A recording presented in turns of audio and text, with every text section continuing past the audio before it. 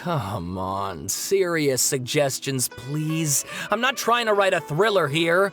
It's supposed to be an essay, you understand? An essay. That means facts and logic.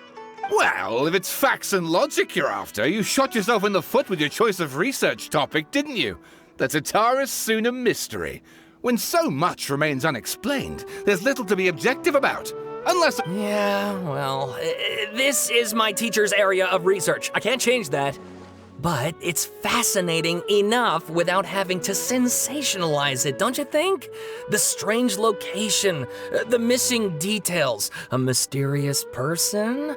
I want to write my essay on something interesting, and I'm interested in getting to the bottom of all this. That's the only reason I came to you.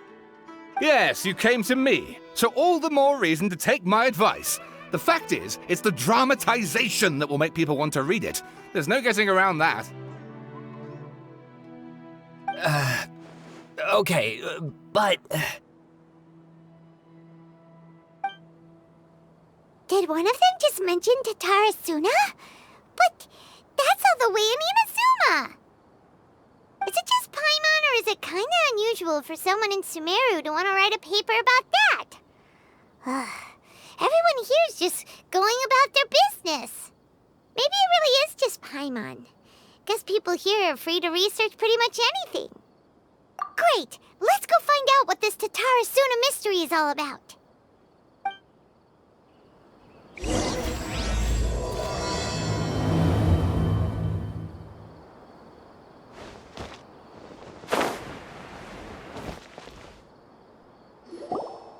All right, I guess I'll go with my textual criticism and your editorial direction for the first draft.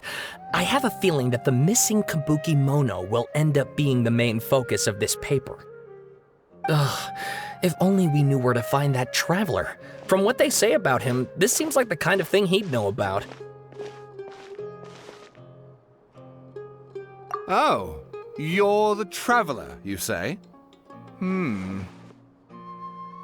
Hey, what's with that face? Don't believe us? No, of course I believe you. Actually, I first heard about your great exploits when I was still in Inazuma. This is my first time coming face to face with you and your mysterious silver-haired companion. I couldn't believe my luck, and out of force of habit, I started, examining the evidence. Sorry. Oh, Sawada, for the love of... Sorry, we don't get out much, so our social skills are kinda lacking. Traveler, I hear you've helped many people a great deal and been to many places.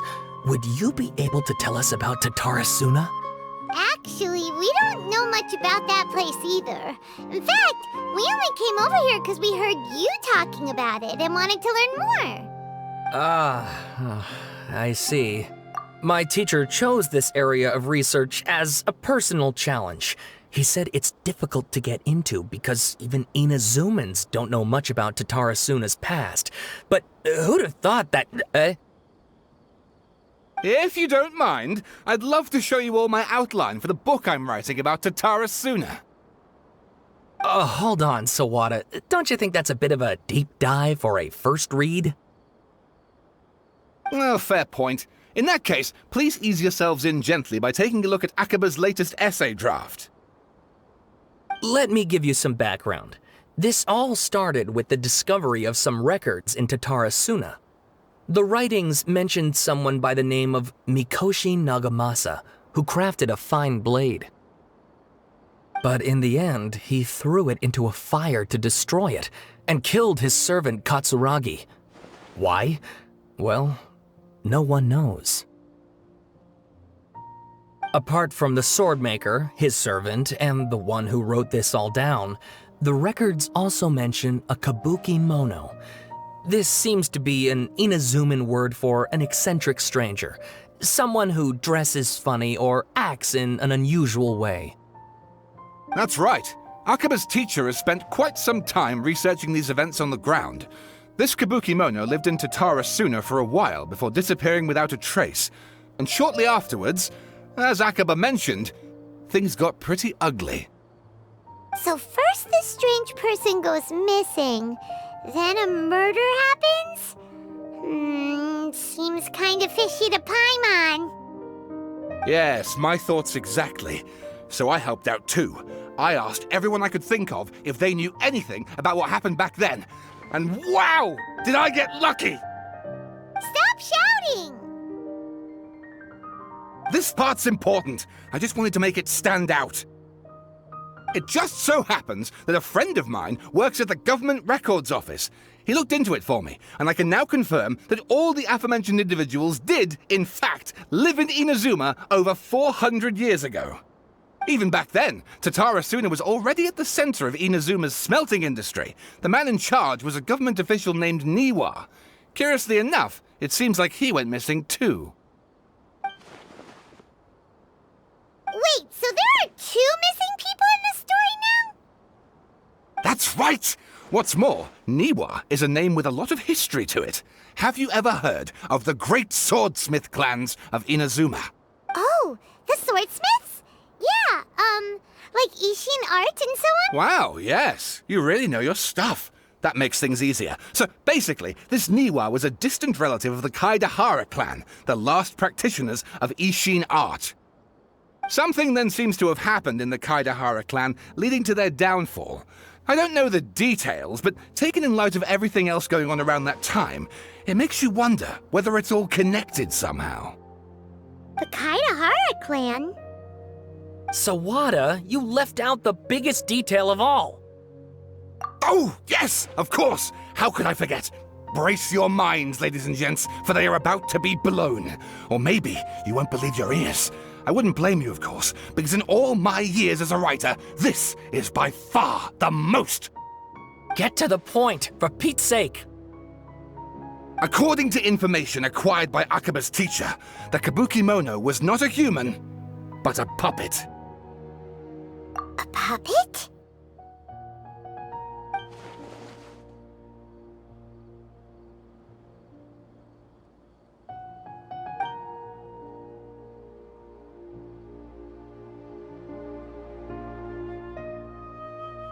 Aha! Judging by the looks on your faces, you do know something after all.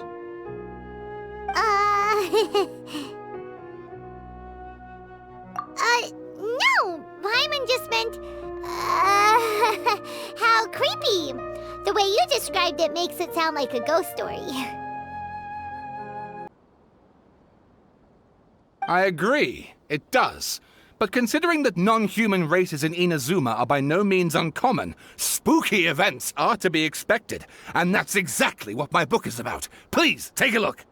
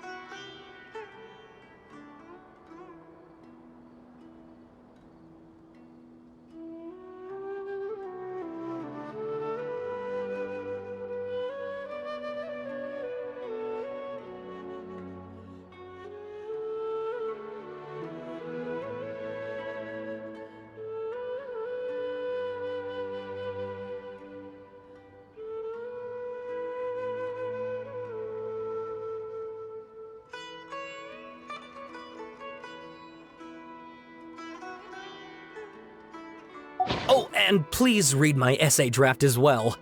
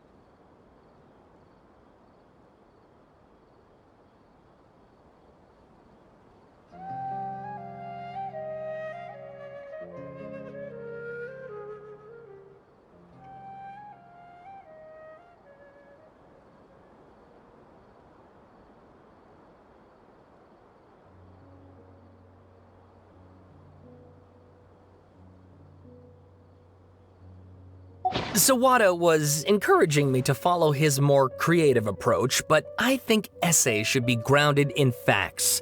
I don't think explaining everything away with mysterious forces will cut it.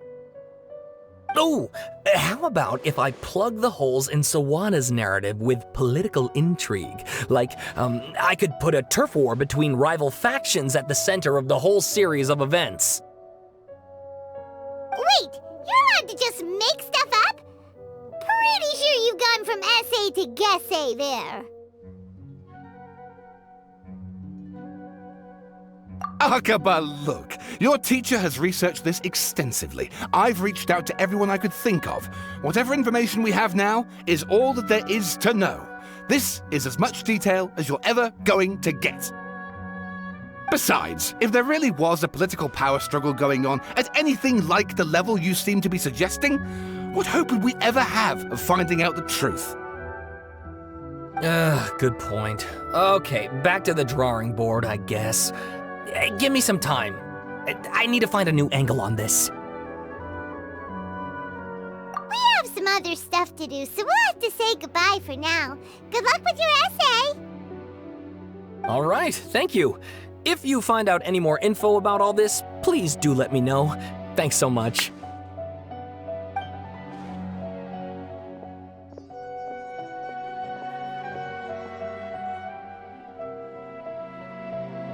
Hey, so that thing they were talking about, it has to do with the balladeer, doesn't it? Okay, then even if we did know something about it, we probably couldn't share it with them, huh? After all, we kicked his butt and got him locked up. Information about people like that is usually super confidential, isn't it? If you ask Paimon, Akaba should just pick a different topic. There must be as many essay topics as there are trees in the forest. There's no point in...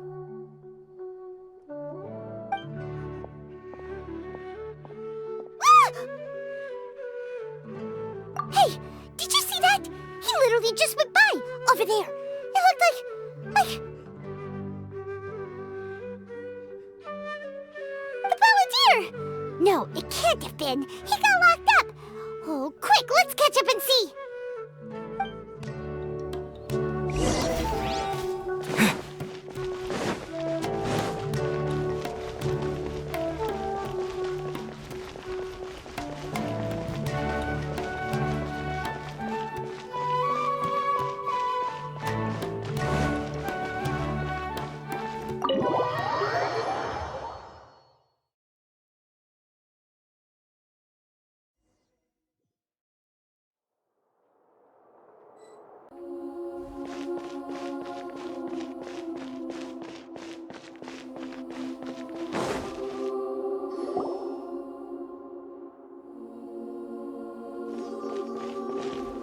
Traveler, Paimon, there you are. Nahida! Bad news. We just saw the balladeer strolling around in public. Did he escape or... Ah! It's him! Sure enough, you're here. Hey! What are you doing in the sanctuary of Surasthana? Aren't you supposed to be locked up? I know you must have a lot of questions. Please, allow me to explain. It was my idea to set the balladeer free. We made a deal, and he's gonna do some investigation in Irminsul for me. A deal? Huh. You sure you trust this guy? What did you expect? Why do you think Sumeru would keep me around otherwise? Or maybe killing me is all you can think about. But if that's the case, why haven't you done it already? Don't flatter yourself. It was... Nahida said there's still some So if it were up to you, you'd finish the job? Guess I had you all wrong. There I was thinking you were just getting cold feet. Well, that escalated quickly. Not a good start. Could I ask you all to please calm down? But Paimon's worried about you, Nahida. Don't let him trick you. It's not every day you see people questioning the God of Wisdom's judgment.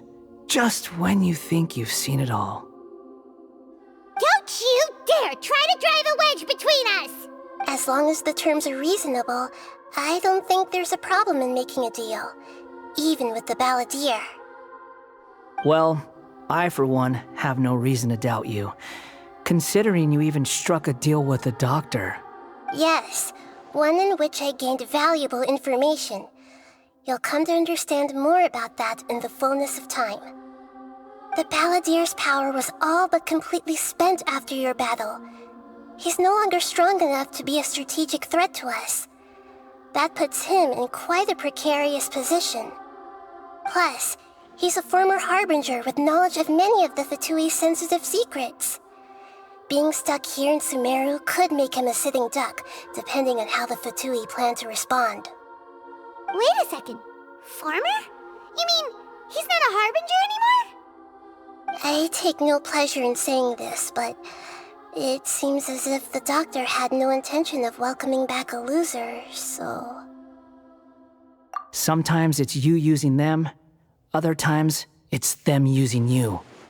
Most human relationships are this way. Certainly all the stable ones are. That's how it was between me and the Fatui, and also between each of the Harbingers. So as long as you have some value to offer, nobody will ever abandon you.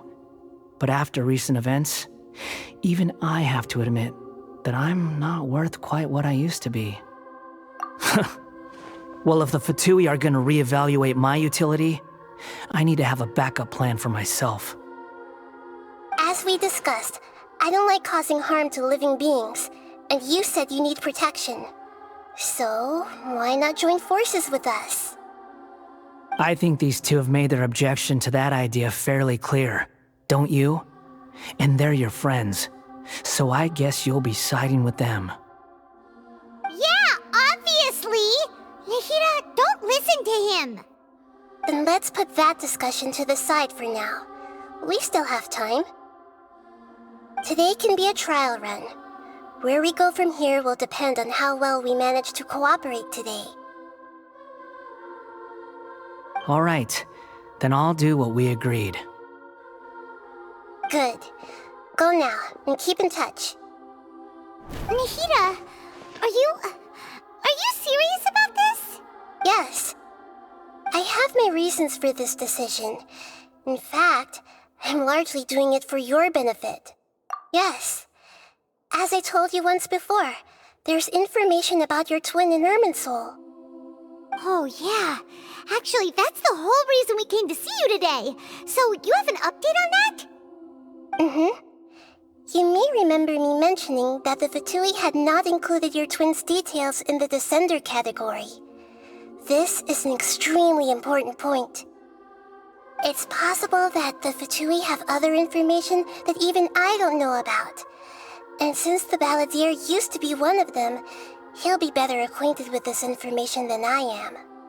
He was granted the power to connect with Irminsul when he almost became the god of a new era. Even though he no longer has the Gnosis, some traces of its power remain in him. The amount of information in Irminsul is vast beyond description. Sifting through all of it without knowing what to look for would take too long, even for me. So I asked the Balladeer to search in Irminsul for any information about the Descenders. He's more familiar with this kind of information, and should be able to find it more quickly. Exactly! Or what if... Paimon just doesn't trust him! He's treated us as enemies every time we've run into him! I understand. But sometimes, everything is dictated by which side you're on. How things will go in the future depends on what information he brings back. And Traveler, I know what your heart desires most of all. Our minds have connected several times before. There is a corner of your heart reserved for an intense longing. A feeling of being all alone in the dark, searching for the one candle whose light still burns. As Sumeru's deity, it is my responsibility to be on guard against the Balladeer. But as someone who counts you as a friend, I want to do something for you. If this deal with the Balladeer can give you the answers you've been longing to find, then it's worth it. It's my pleasure, really. You're Sumeru's hero. You've more than earned it. Paimon's still worried about this idea. Is there anything we can do to help? I was going to contact you about that, but then you suddenly showed up on your own accord. Seems like we have a telepathic connection. In fact, I was going to ask you to supervise the balladeer on my behalf while he carries out the task I assigned. Even though he only has a fraction of his full power left, that's still a fraction of a former Harbinger. If you could accompany him, it would put my mind at ease. Of course, I'll be there to help guide you through Irminsul from the outside. Great, thank you. Prepare yourselves. I'm going to transport you into Irminsul.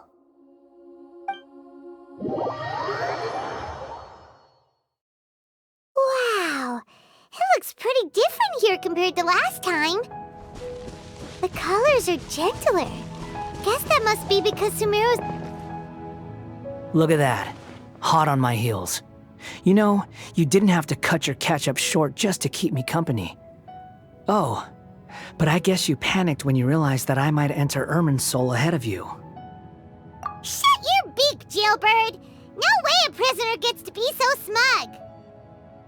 I understand that prisoners have to put up with harassment from the guards, but right now, I'm on temporary release, so maybe you should think about backing off a little. Sounds like a successful rendezvous.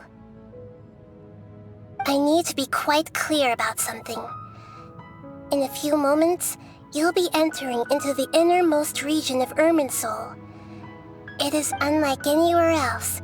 Irminsul's inner region consists exclusively of torrents of information.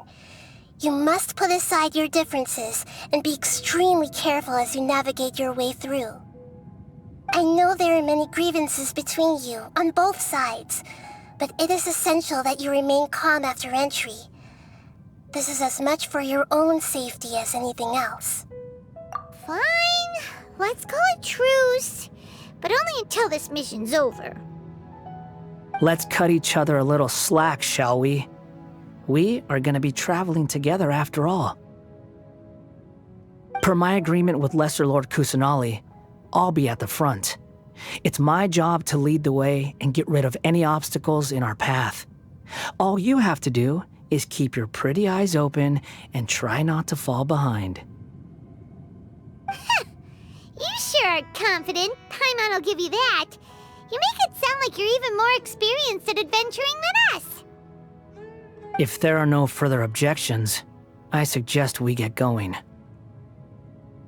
Or did you need some time to mentally prepare yourselves? Ew! Ugh, the snark on this guy, it's unbearable.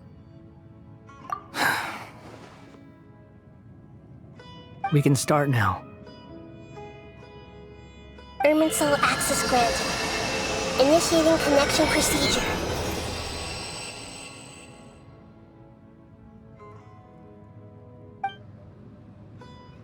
Is this a small sapling?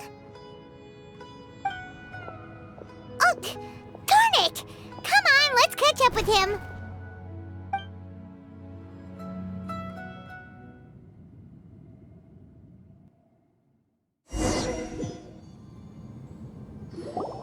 Wow! So this is the inside of Irminsul. Ooh! Paimon's never seen anything like this. And it feels like a sacred place. Irminsul is closely intertwined with the entirety of Teyvat. Every bit of information flowing here means something. Pick your jaws up off the floor. It's time to go. Why is it that Paimon just wants to do the opposite of everything he says? Lesser Lord Kusanali, we will now proceed to the heart of Irminsul. Can you still sense where the heart of Irminsul is? Yes. Permission to begin searching for information there? Permission granted. Go ahead. Let's go. Stay close. Don't go running off. Hey, so, say we did go running off in here. What would happen? What are you smirking at?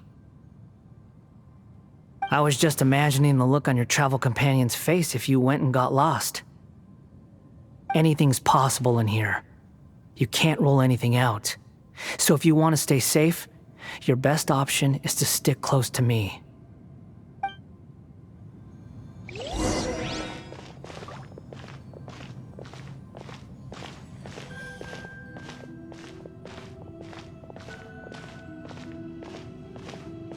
These sapling things have spread out.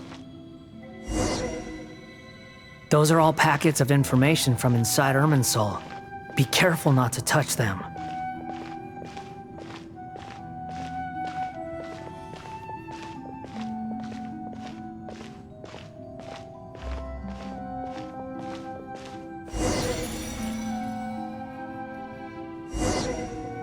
It looks the same in every direction.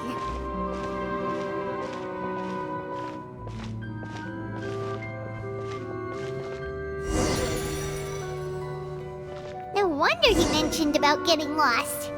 Huh. What do you know? He was actually telling the truth. Is he mocking me again? What is it this time? There's a time and a place to lie, but this definitely isn't it. So why don't you relax your guard a little?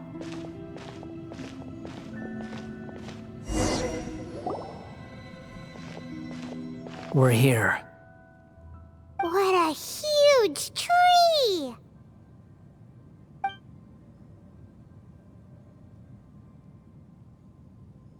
Lesser Lord Kusanali. Good, you made it. Are you ready?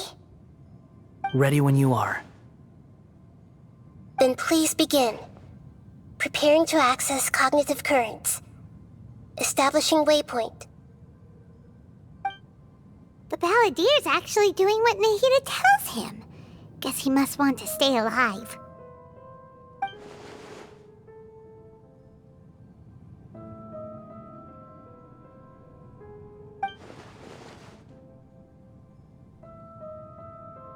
The rest is up to you. If you discover anything at all, make sure to share it with us. Will do. Huh. For once, we're the ones with nothing to do. Traveler, Paimon, would you like to talk? Yes, I've also invited Paimon to join. Huh? What the? We can talk to each other inside our heads?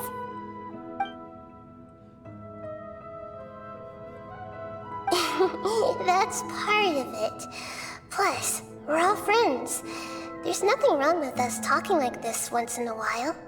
Paimon's never tried this before. This is great! So, Paimon's been wanting to ask you something. Don't you think the Balladeer's a bit of a walking contradiction? He's always talking back, but he seems to listen to what you say.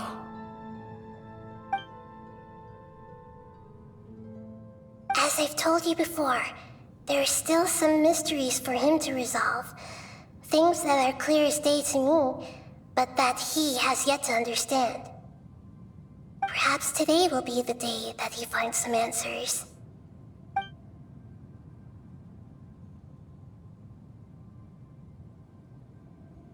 Well done.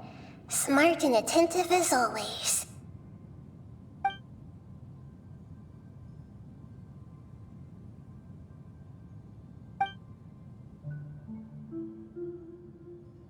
So, you made contact with that part of his mind.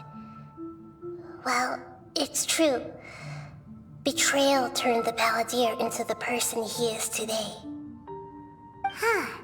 Paimon thought nothing could get under that guy's skin. Turns out, he can get hurt and angry just like anyone else. Everyone has a history, Paimon. Even if you're a puppet created by the Electro Archon. Speaking of puppets, we ran into two people at the Academia today talking about an essay. Turns out their topic was about the Tatarasuna incident. Nahida, do you know anything about that? If you mean the mysterious events, the kabuki mono and so on, yes. I know about all of that. Really? Because from what they were saying, it sounded like lots of Tatarasuna's history is still unexplained. And most of the information we have now is just from people filling the gaps with their imagination. At least that's what they thought.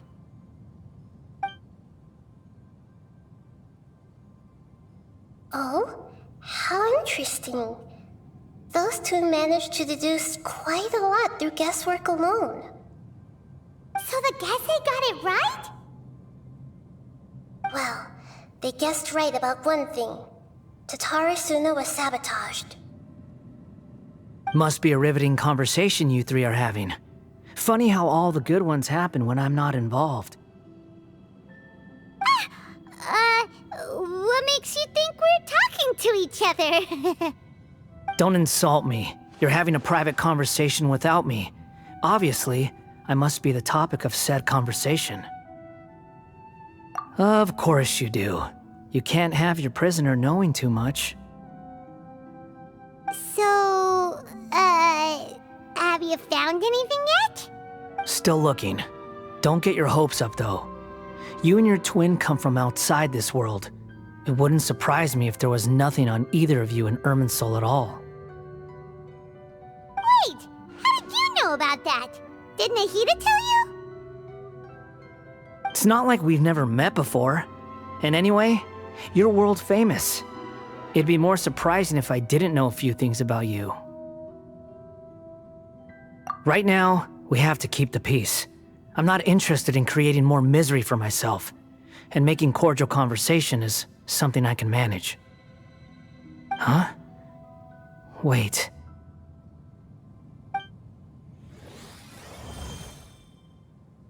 This light. It looks similar to those saplings. What could it be? Anonymous data. Hey, don't you forget the agreement! You have to share it with us! Shh. Just wait. Mr. Niwa, are you certain this is worth the risk? We are talking about Tatarasuna's furnace, after all. It may not pay to act rashly. There's no one else who can enter the furnace. It has to be me. Is that so? Well, since you insist. It's...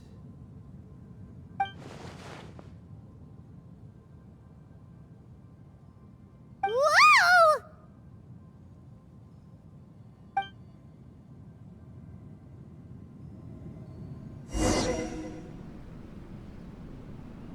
I have been in Tatarasuna for some time now. You have shown me great hospitality, as has Mikoshi Nagamasa, and indeed, everyone else. Under your leadership, Tatarasuna is a warm, welcoming place, like a giant village. People are gainfully employed, their lives have purpose. As I understand, the Raiden Shogun has, in recent years, eliminated much of the evil that plagued Inazuma. As for Tatarasuna, it was originally established as a means of safely disposing crystal marrow. The forging industry with crystal marrow as a raw material has since flourished, giving rise to generations of swordsmiths. Some world-renowned, others unknown. All skills, blood, dreams. Every smith brought into this trade looks to find their purpose between steel and blade. That is why you accepted the proposal brought to you by myself and Akame. Yes, well, were it not for you coming to Inazuma and happening to make Akame's acquaintance, the two of you never would have joined forces. And he would be the first to admit that there's no way he could have revolutionized our forging process like this on his own. At least not on the same timescale. You allowed Akame to take all the credit for a method that you jointly developed. He sold it to me, and now every piece of ore here is smelted using the new technique. Even now, you remain one of Tatara Suna's key consultants, working right here alongside us. I believe it is you, sir, who are truly responsible for the changes in our manufacturing and forging methods. You flatter me. From the outset, I saw much that was commendable in the forging industry of Inazuma, and it has been my great honor to befriend you all. So you say, Escher. But is this really the truth? My good sir, what do you mean? I tried to resist thinking it was all connected, because I didn't want to speculate, and I didn't want to believe that things could turn out this way. What have we gained from adopting your new technology? Ominous black smoke? Mounting production problems? Worker fatigue and casualties are up and continuing to rise at an alarming rate. And recently, as you well know, someone died because of that strange filth inside the furnace. We've kept the truth from spreading outside, but still, I suspect you understand it better than I do. None of the people who went out to get help have come back. Now, our mutual friend, the Kabuki Mono, is taking the Golden Feather to Narukami Island to seek an audience with Shogun. But that doesn't faze you, does it, Escher? Nothing does. Otherwise, why would you still be standing there with that smile on your face? I'm just surprised that you finally chose to be so sincere. I'm sure you've been harboring these suspicions for quite some time. Mikoshi Nagamasa may have noticed that there was one common denominator among all these events. Namely you, Escher. But Mr. Mikoshi is more cautious than I. He does things by the book. After all, Nagamasa is the adopted son of Mikoshi Torichio, the yokai struck down by the Shogun's own hand. If he truly seeks to redeem his family's honor, an abundance of caution is well advised. You're well informed on the subtleties of his situation for a mechanic all the way from Fontaine. Are you sure you're not a little overqualified? Why, Mr. Niwa, are you suggesting I find a job as a diplomat? Sadly, I am so very attached to my craft. Enough, Escher. I'm here because an evil force is raging inside the furnace. And someone needs to take your new device inside the high-risk zone so we can absorb it and put an end to the problem. I'm in charge here. And I'm about to take some responsibility and head inside. Probably to my death. But judging from the look in your eyes, you don't seem to trust me. Drop the act. We're past that now. Whoever you are, it looks like your plan to destroy Tatara Suna has worked. I just want to know what you're still doing here. What's left? Don't you have all your answers by now? Honestly, I'm just waiting for the right moment.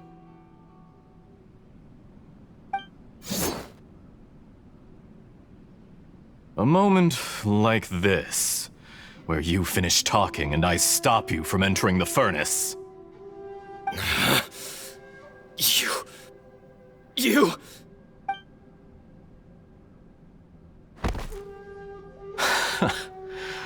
You're a little smarter than I initially gave you credit for. I thought I'd disguised myself exceptionally well, at least for the first few days. But to my surprise, you had your people look into my background right from the start. It's a long journey from Inazuma to Fontaine, but that didn't stop them. Eventually, they managed to confirm that Escher was an alias, and that I was not from Fontaine at all. And yet, despite all of that, you still fail to realize my true identity, and what I seek in Tatara Suna. Did you really think you would be able to see through my plan? If you kill me, there's no one who can get inside the furnace. So you're really going to destroy this place?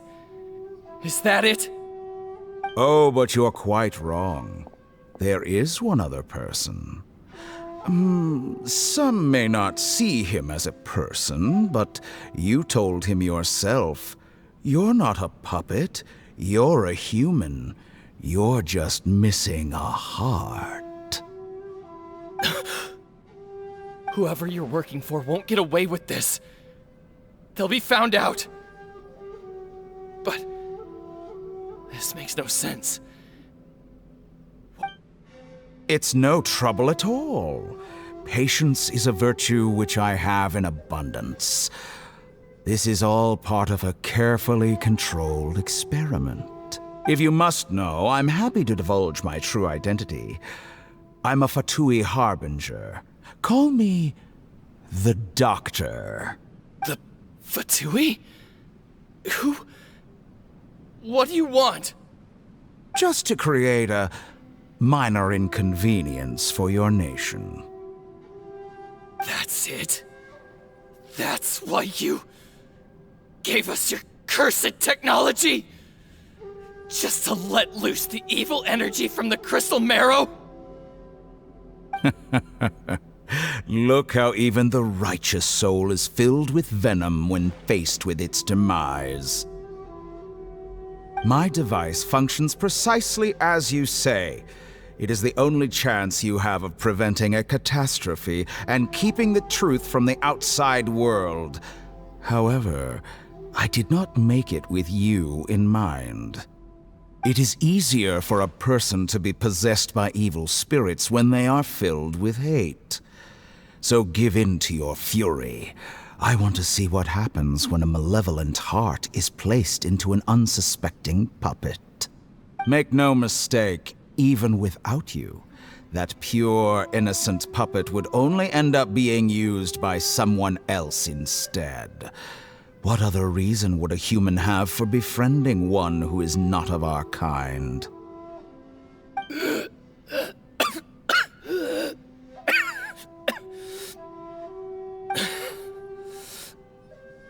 If you give him my heart, tell him that both Nagamasa and I see him as one of us.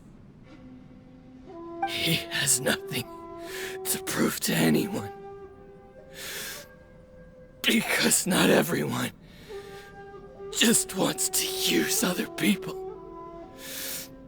The only ones who think like that are people like you.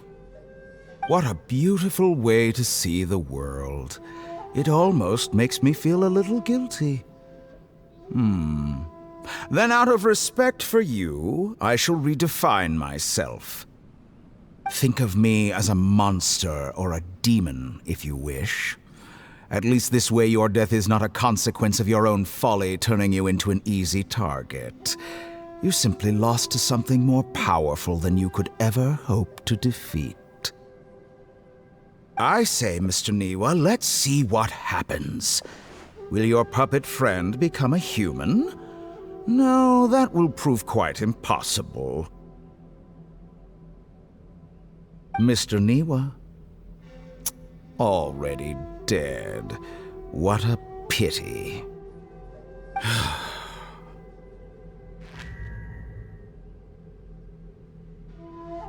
Jester, I have completed the task you gave me, creating a gap and infiltrating Inazuma's inner workings. What fun it was. I'd like to introduce a puppet to you. If he proves useful, let's make him our newest comrade. And if not, let's turn him to dust.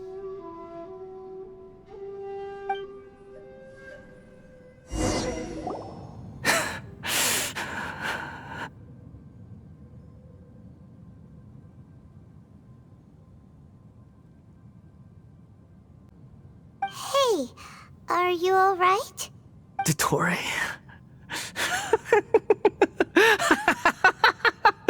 Dottore!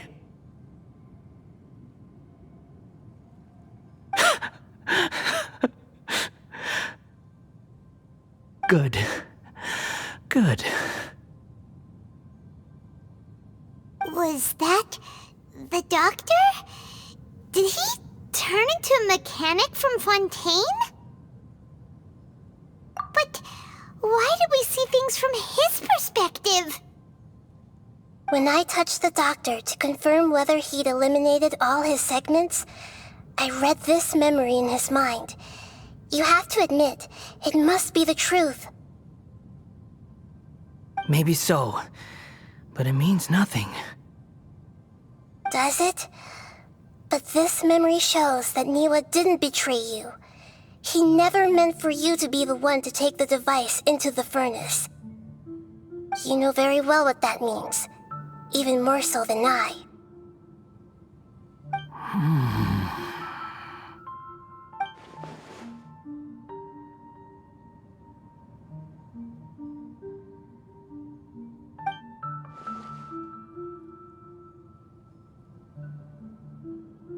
Let's give him some space. He looks really mad. Paimon doesn't want to be anywhere near him right. We need to give him some time to process his emotions. Paimon's still confused about the Tatarasuna incident.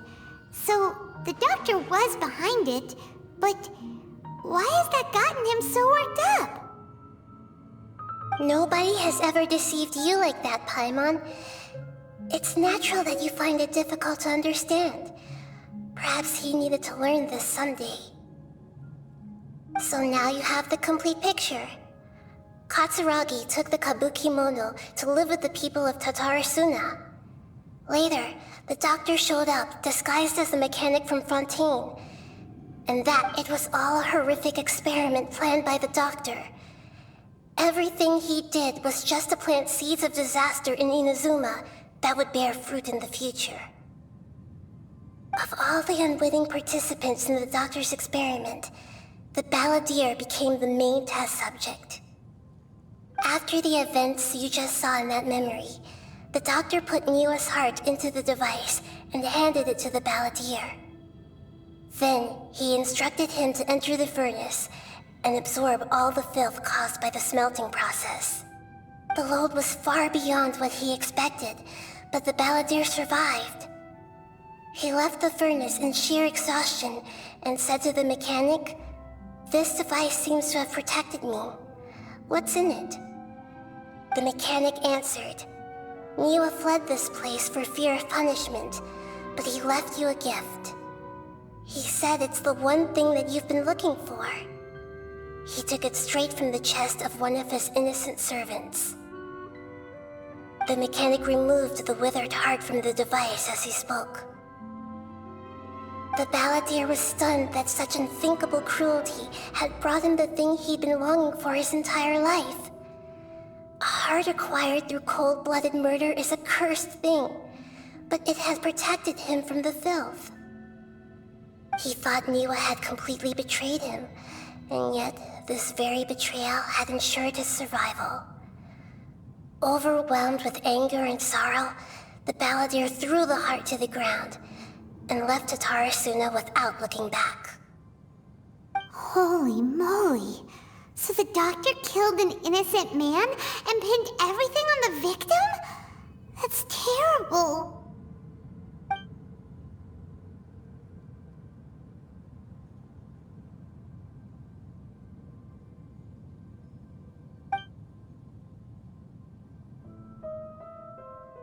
Yes. Only if he understands this can he choose a new path forward.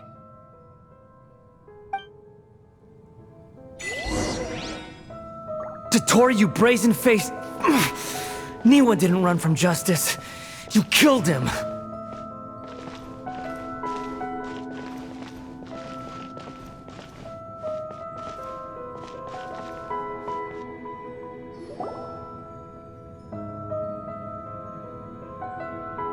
Shall we see how he's doing?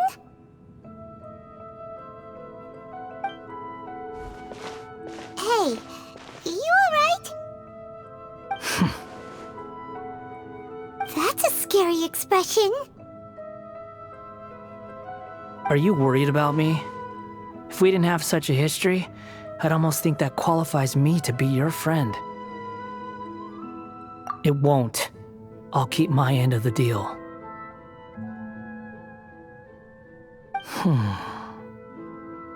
Hey, are you investigating the stuff we want to know about? That's why we're here.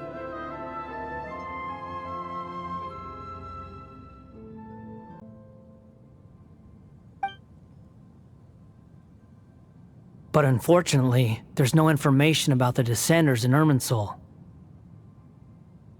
Even if you can't find anything, that seems to confirm it. Irminsul does not keep records on the Descenders.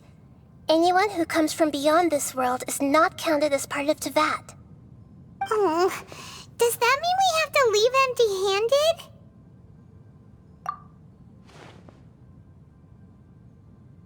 Don't thank me just yet.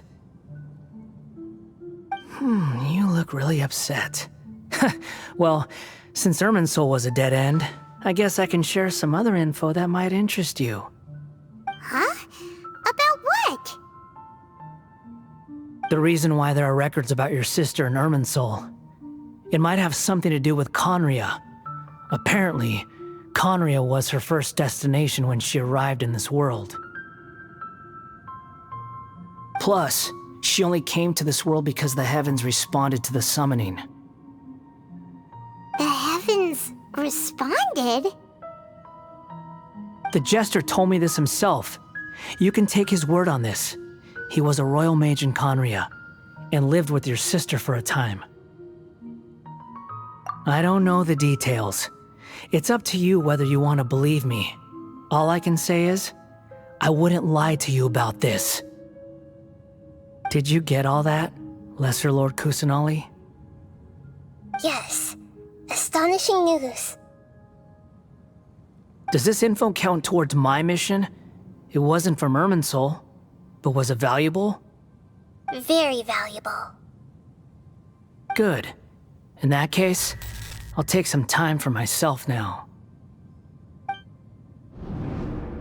Huh? What have you done? Lesser Lord Kusanali was right. My power's all but completely spent. Even if I use all of the divine power left in me, I can't sustain this shield for very long. I shared a secret with you, and now you owe me.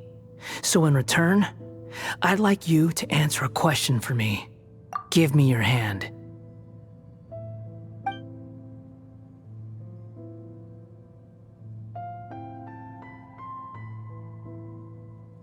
Can you hear my voice inside your head?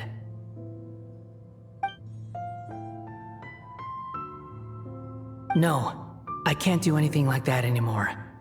At most, all I can do is exchange a few words with you.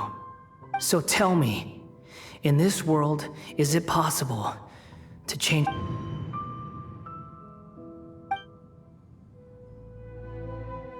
Done. Huh? What the? What happened? Paimon only saw you hold hands for a sec. Nothing. I was just thanking him for helping me.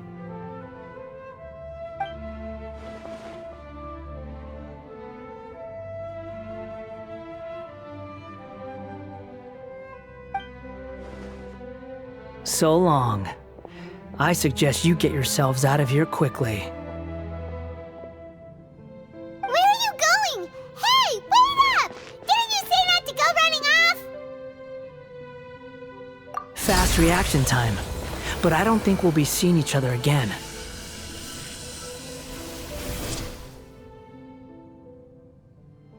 From this day forth, the names Balladeer and Kabukimono will cease to exist. Those who died in Tatarasuna because of me deserve another chance at life. Hey, Balladeer! Don't do anything stupid! You know, I never did like insects. Hordes of the puny things swarming together can be a real nuisance. And I enjoy nothing more than to stamp them out like the pests they are. But if a colony of harmless ants isn't threatening anyone, I guess they deserve to be left alone. Luckily, everything can be set right. It's time to solve this once and for all. Uh-oh, he disappeared. Come on, we gotta find him somehow.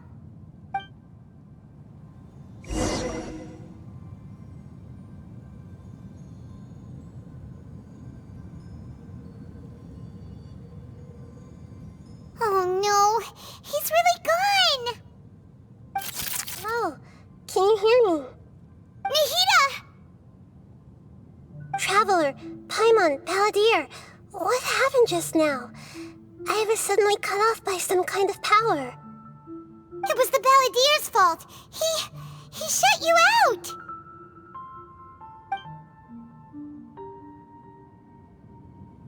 I didn't think he'd be capable of something like that with so little power left. Did he keep some of his power hidden when he was defeated?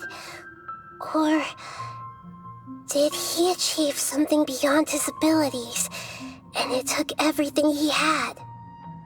Where the heck did he go? Ugh, it's all our fault. We were supposed to keep an eye on him. Sorry. Don't be.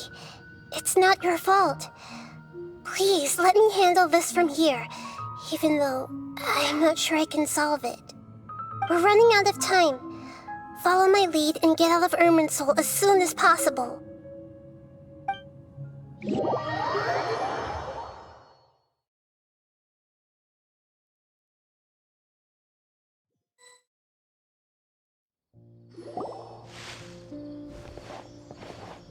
We're out! And we're at, an inn or something? This is an emergency. I'll have to ask you to stay here for now. Everything's arranged, and nobody will disturb you. I'm sorry, but this isn't something I need your help with. Leave this one to me. An emergency? How bad is it? Nahida, will you be okay? Don't worry. If my assessment is correct, though there may be some minor disturbances, it won't lead to a disaster. Please rest and recover your strength here until I say it's safe. Her voice has gone. Paimon can't shake the feeling that something really big has happened. What do you think the Balladeer meant? And why did he suddenly grab onto you before?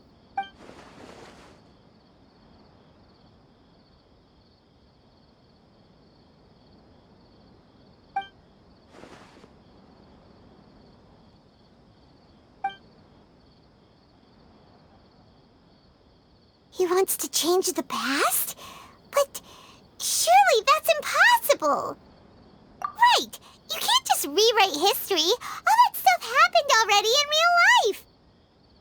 It's like, imagine Paimon drank all the water in this inn. Even if no one was there to see it, Paimon would sure as heck remember drinking it. So, why does Paimon still have a bad feeling about this? Paimon can't help but feel scared about what he might do. Oh, Paimon's so confused. Huh? Ah! Sorry, Paimon accidentally... It's the Balladeer's fault for causing Paimon all this mental stress. But erasing yourself from history? It's unthinkable. Is that really possible in Irminsul? Uh-oh. Paimon's head is overheating from trying to understand what he's up to. And it's still not working. Ugh! Paimon's had it with that little brat. He's been nothing but trouble ever since we met him. There's no way he'll actually succeed, right?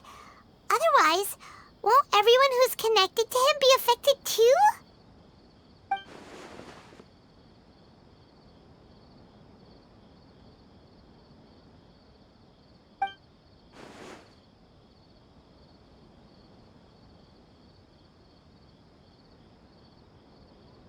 There's nothing we can do about it at this point. Hey, have you got any ideas on what we should do next? Seems like now there's nothing left for us to do but to go to sleep. But Paimon's still so worried. So, how about, we list all our favorite foods to take our mind off things. Alright, Paimon will start. first dish? Munstack grilled fish. Oh, and chicken mushroom skewers. Tea break pancakes, cream stew, sauteed matsutake, and Dragon chili chicken, almond tofu, satisfying salad. Also Adeptus Temptation, golden shrimp balls, triple layered consomme, lotus seed and bird egg soup, and...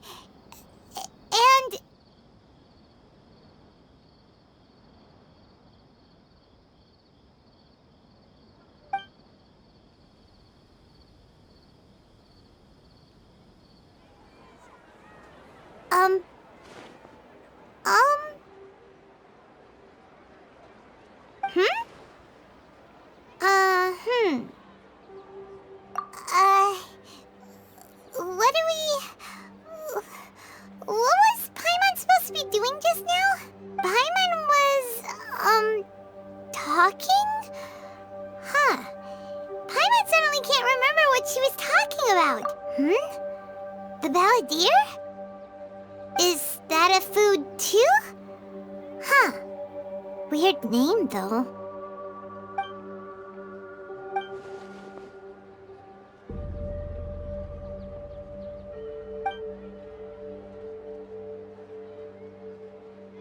What's wrong?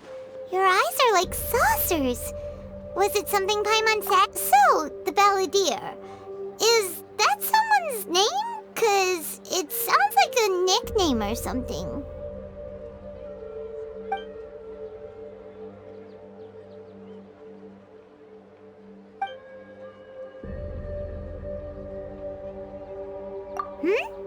Okay, sure. Where are we going? Huh? Fine by Paimon, but is everything okay? You're acting like this is an emergency.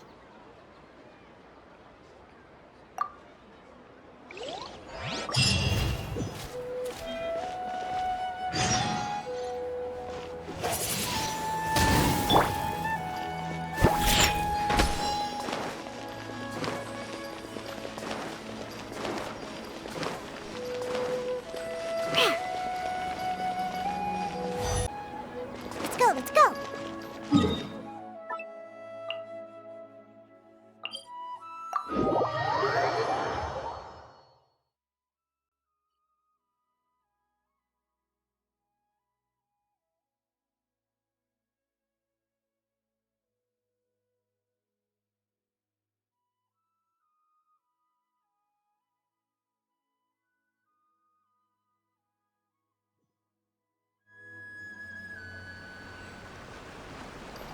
Think you can bully me?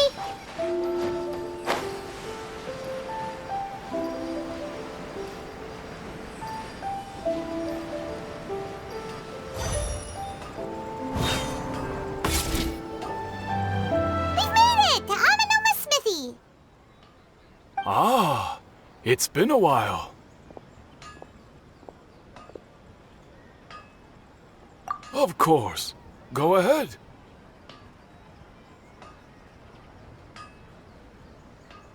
Oh, now there's a question I wasn't expecting. Very well, I'll tell you what I know once more. The once renowned Raiden Gokuden, comprised of 5 branches. Amenoma, Futsu, Ishin, Hyakume, and Senju. The art of forging practiced by these 5 clans was first taught to them personally by the almighty Shogun. Over time, the 5 branches diverged from one another as generations of bladesmiths honed and perfected their craft until they became 5 distinct traditions. Most of the great swordsmith clans of old have since fallen into decline, and for a long time, only the Amenoma branch kept its art alive. But fortunately, Kaedehara Kazuha recently returned to Inazuma and took up the mantle of the Ishin art. Now, 2 clans remain of the original Gokuden 5. If my memory serves me right, you yourself were present when he forged the Ishin blade. Oh yeah, we were! Paimon remembers that now. about the decline of the Raiden Gokuden then, too. It seems like such a shame. That, my friends, is a tragic tale indeed. In fact, this was not made known to me for most of my life. All these years, I knew of those great clans' demise, but never the cause. Only recently, when the question was on my mind, did I ask Kaedehara Kazuha about this. He told me that, as we are both heirs to a branch of the Raiden Gokuden, it was right that I should know the truth. There is no harm in telling you, but I must warn you. It is a dark and sorrowful tale. The Raiden Gokuden were the targets of a murderous rampage by a vengeful bladesmith. Vengeful? Why?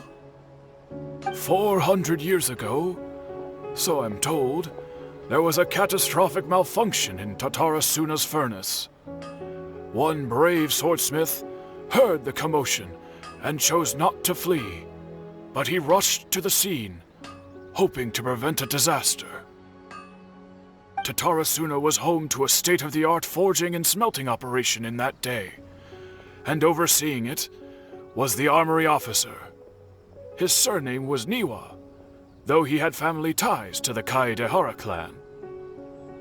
Knowing that they had just one chance to save countless lives, Mr. Niwa and the swordsmith leaped together into the furnace. The smith's death, though heroic, dealt a devastating blow to his family's fortunes. His orphan son was left to fend for himself, and grew up deeply resentful at the world. In his heart, the whole of Inazuma was culpable in his tragedy. He hated the almighty shogun for her apparent indifference towards his father's death, and he hated everyone who had done nothing to try and save him. Powerless and destitute, the only legacy he had to pass on to his children was his hatred. Generation after generation bore this grudge, living in utter misery. Alas, if only the story could have ended there. But 100 years ago, the then head of this family reached the end of his wits. He could bear their fate no longer, and yet finally, he made a drastic decision to take revenge on the Raiden Gokuden. In doing so, he sought to vent his pent anger and shake the very foundations of Inazuma's forging industry. In his fury, he murdered indiscriminately, killing even bladesmiths from the Hyakume clan which he belonged to. His goal was absolute, the devastation of all of the Raiden Gokuden. But when he came to the Kaedehara and Kamisato clans, his killing spree came to an abrupt end. He failed to catch them unawares. They fought back fiercely, and they did not spare his life. That is why the Kaedehara clan and their Ishin art survived that day. I suppose they were the lucky ones, under the dire circumstances.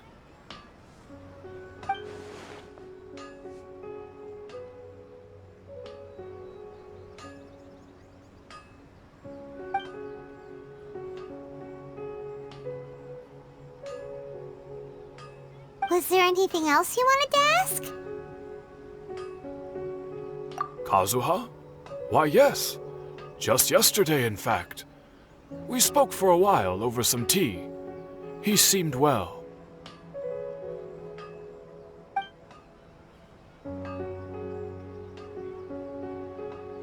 My pleasure.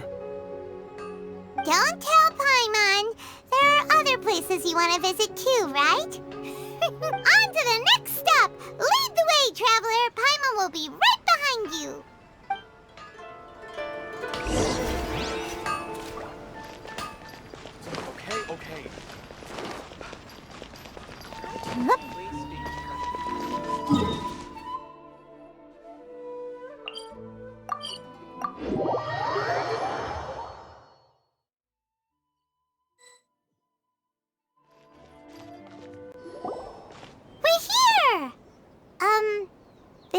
Yashiro Commission's headquarters, so... Traveler, it's been a while. If you're looking for the Commissioner and Miss Kamisato, I'm afraid your timing is unfortunate. Are they out on business? The Commissioner is out on business, and Miss Kamisato is standing in for some meetings in the Commissioner's place. If it's urgent, you're welcome to wait inside until they get back. What do you think? Shall we go in?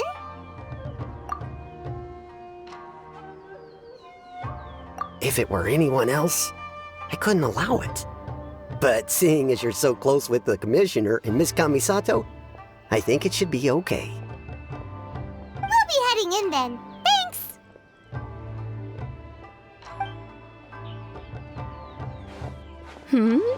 Hello, dears.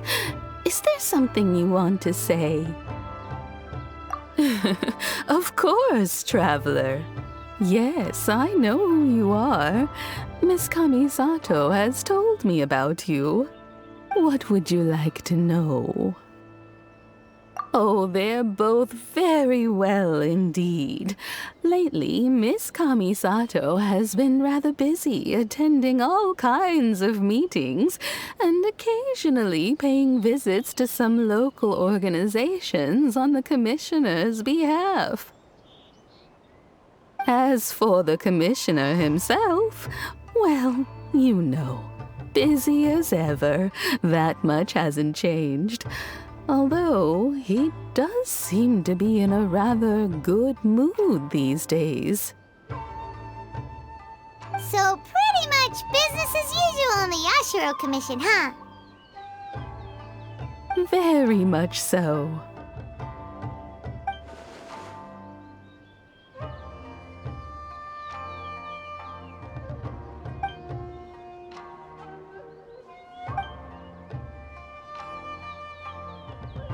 Well, got any more questions? You're very welcome. In fact, I would love nothing more than for you to come and visit more often. But I'm sure you must be far too busy to have time for that. Miss Kamisato talks about you all the time. She seems so thrilled to have you as a friend, and she's always saying how talented you are and how much she admires you. I must say, many things in Inazuma seem to have taken a turn for the better since you arrived here.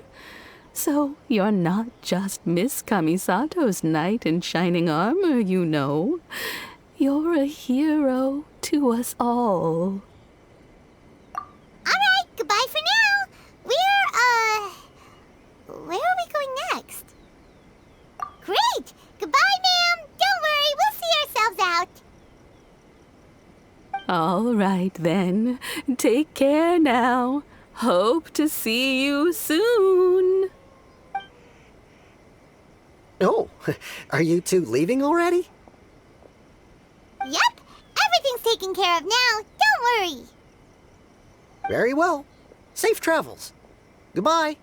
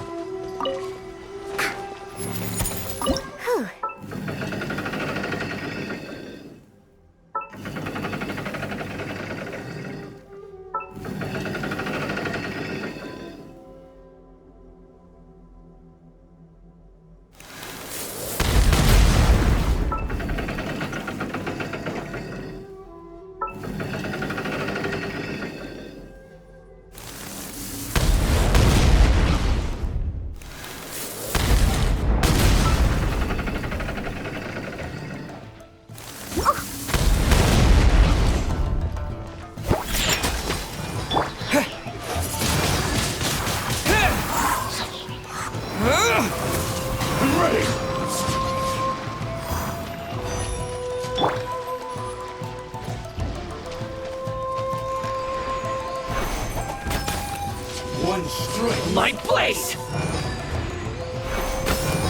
Shake your hands! Wind blade! Get out of here! Cheap tricks.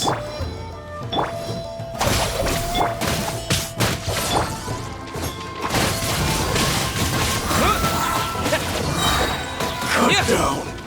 Like this.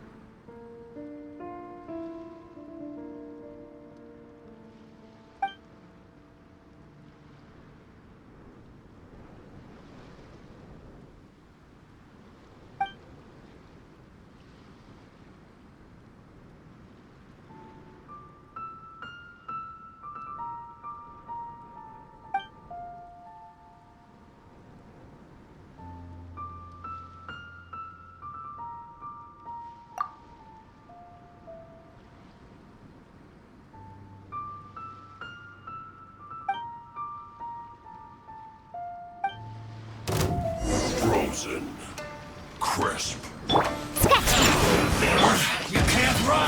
with me! Shouldn't We get go! careless. Let's light it up! Disappear! Killjoy!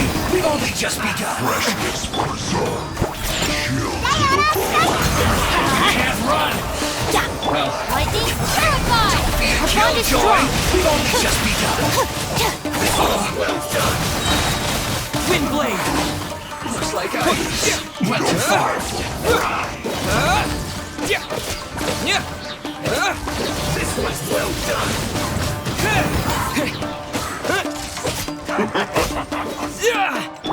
Shaken and stirred! Roasted fry! You need to hurry up!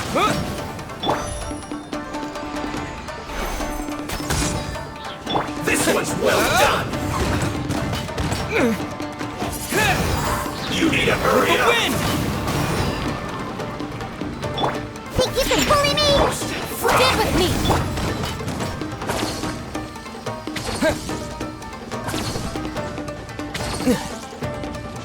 You need to hurry up! This was well done! Roasted fry! You need to hurry up! This was well done! Feels clogged!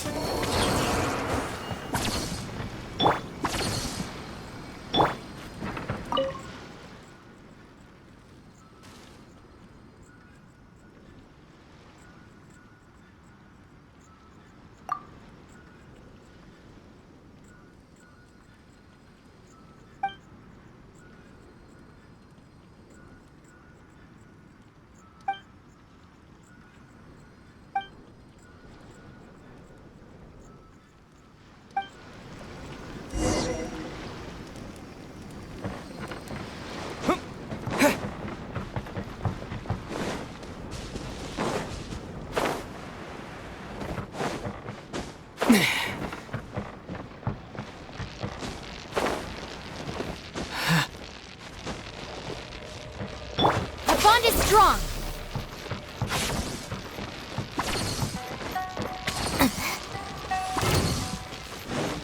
No, my pretties. Want to get a little closer? Dissipate! I heard you.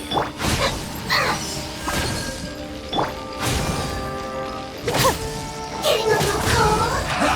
That all you got? Don't be a killjoy! You've only just begun! I see through you! You can't run! Going in! Well, neither can I. Windblade! You only just begun! Looks like I went too far. Out of my sight! Got you. Disappear! Majesty's power flows through me! Windblade!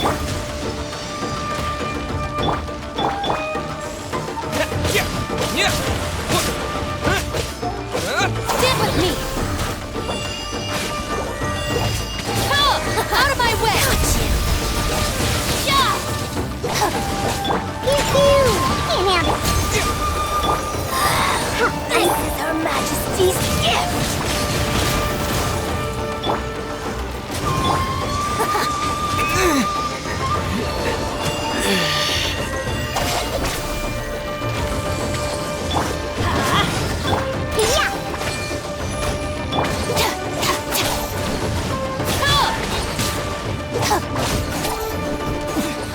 Winter, shall we venture come?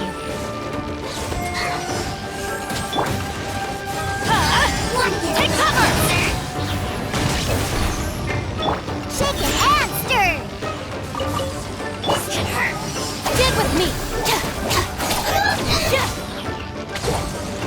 Let's light it up!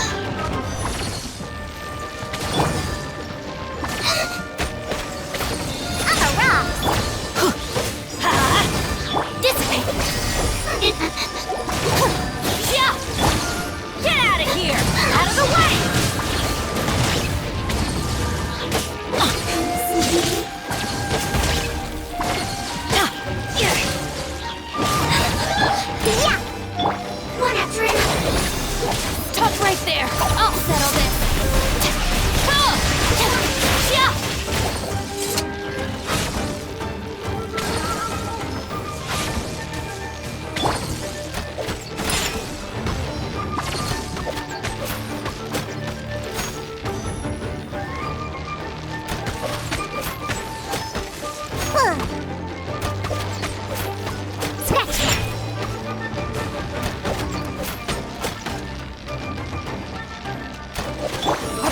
strong!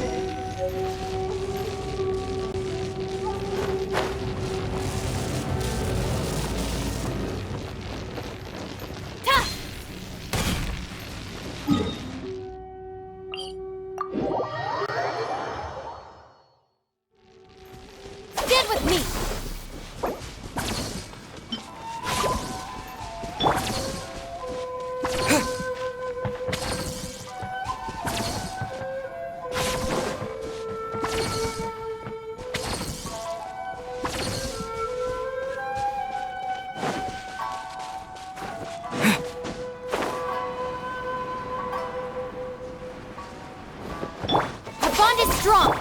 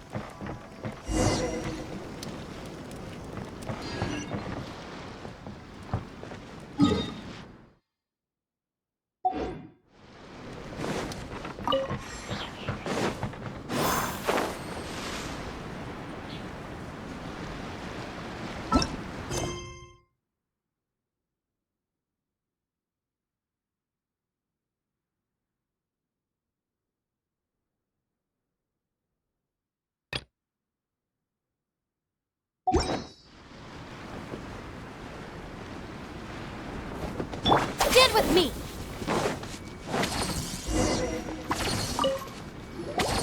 Well, here we are. But what are we looking for? Do my eyes deceive me, or is that the Traveler and Paimon? Xavier? What are you doing here? I was in the general area, and now I'm in this specific area. There, that's me. So what about you two? We have some questions and thought you might be able to help. Certainly do. I've researched the furnace here in some depth. If there's anything you want to know, just ask away. Like the back of my hand. Make no mistake, I have been here a good many times before. Not only that, but I've met people in Inazuma whose families used to live in Tatarasuna years ago. They said it's all true. Oh, well, it's a long story, don't you know? The tale of Tatarasuna starts a long time ago. I'm told that its history as one of the most foremost forging and smelting operations in the nation goes back around 1,000 years. Still, the furnace has had a couple of serious maintenance issues along the way. A couple? When exactly? One was just in the last few years, the other was several hundred years ago. A fun fact, I'm not the first Fontaine tech guy to come and work on it either. There was a guy back then too. They say he was a mechanic who consulted on a technology upgrade. It seems like the technological collaboration between our two nations goes back a long way.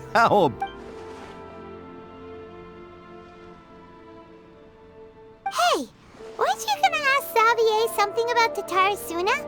Oh, I didn't realize you two were here for a history lesson. Me neither. Paimon doesn't know what's gotten into this one today. Feels like we've been preparing for a history exam. What brought this on? Did you just wake up today with a sudden burning? Sure, go ahead. A kabuki mono? No, I can't say that I have. I do know the word, Inazuman for those eccentric types who always go around dressed to the nines. Just the sort of person that I'd like to meet, actually. But sadly, I've never had the pleasure, nor have I come across anything to do with a kabuki mono where Tatarasuna is concerned.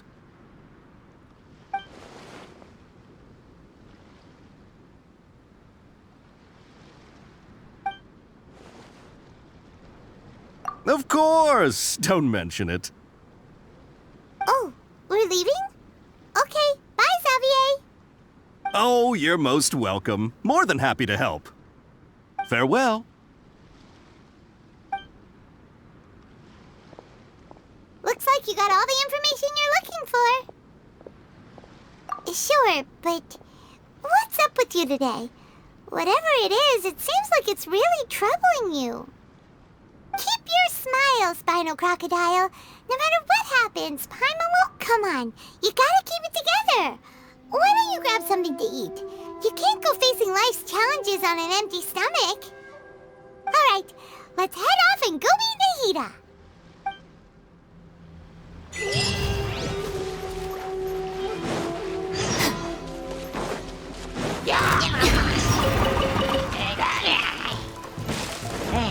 Let's light it up!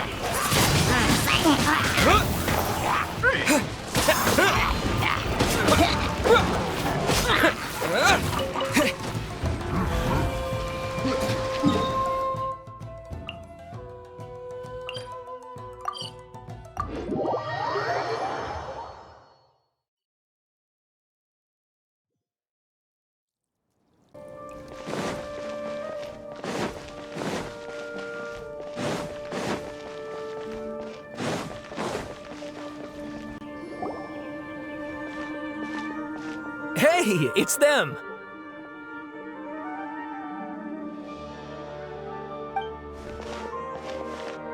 Akaba, Sawada, you're still here?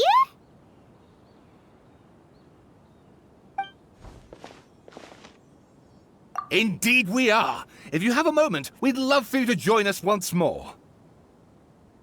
We have time. What do you want to talk to us about? It's the same topic we discussed last time. Obviously. Still looking for more info about Tatarasuna, huh? Should we join them? Unfortunately, we haven't made any real progress. Huh? Oh, of course.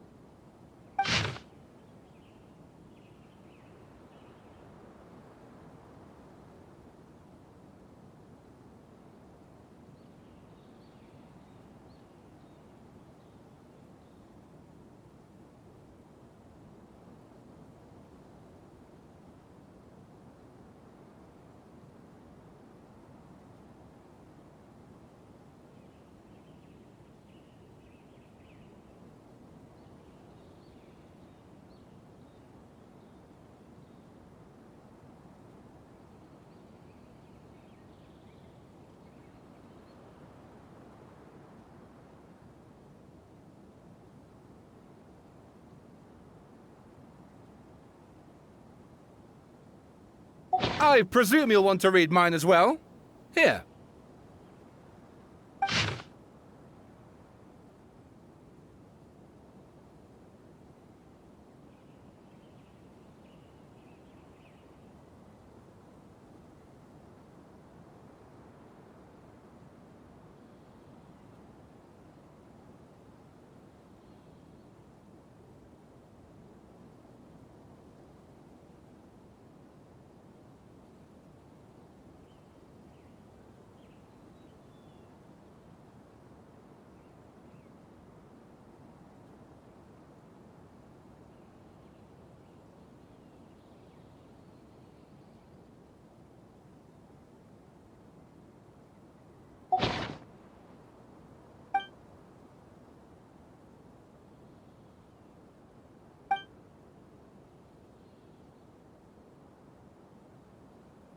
Well, what do you think?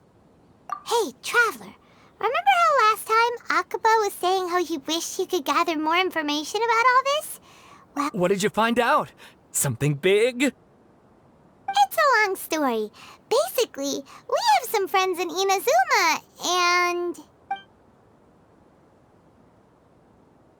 Wow, so many new details. Thank you so much for sharing that with us. Well, well. So it all comes down to one man's desire for revenge. Huh. You heard this from a member of the Amanoma clan, you say? Then I guess it must be true. Ugh. So there's no ghost story here after all. This new information actually lends further credence to my hypothesis. Evidently, swordsmiths were seen as having an incredibly prestigious role in society those days, to the extent that harming them was conceived of, at least by the perpetrator, as a way of exacting revenge against those in power. Yes, okay, point taken, you were right. But that doesn't mean I can't carry on with my novel. And they're back at it. These guys are really into this. Oh, so sorry. Look at us, prattling on about our projects and ignoring you. Thank you so much for the information. You're welcome. See ya. Keep us in the loop if you find out anything else. Will do.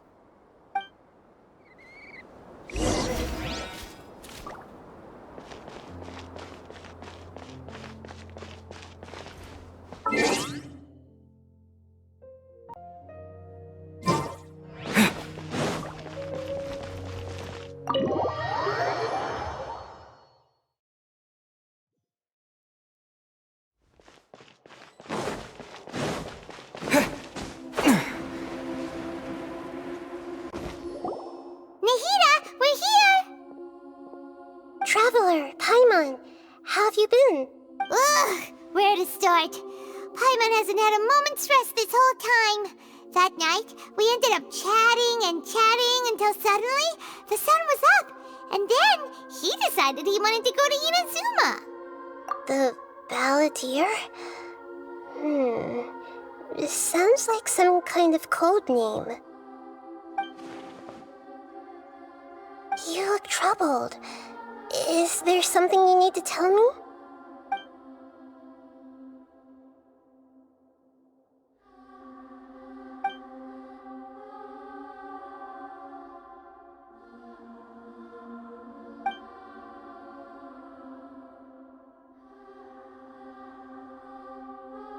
Traveler?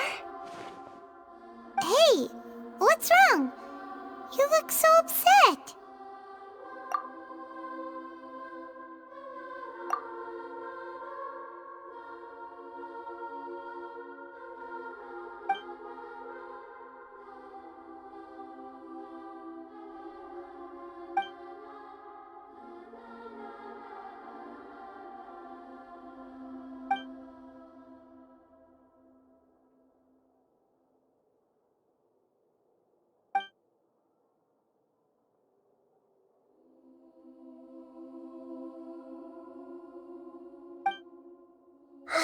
That's quite a story.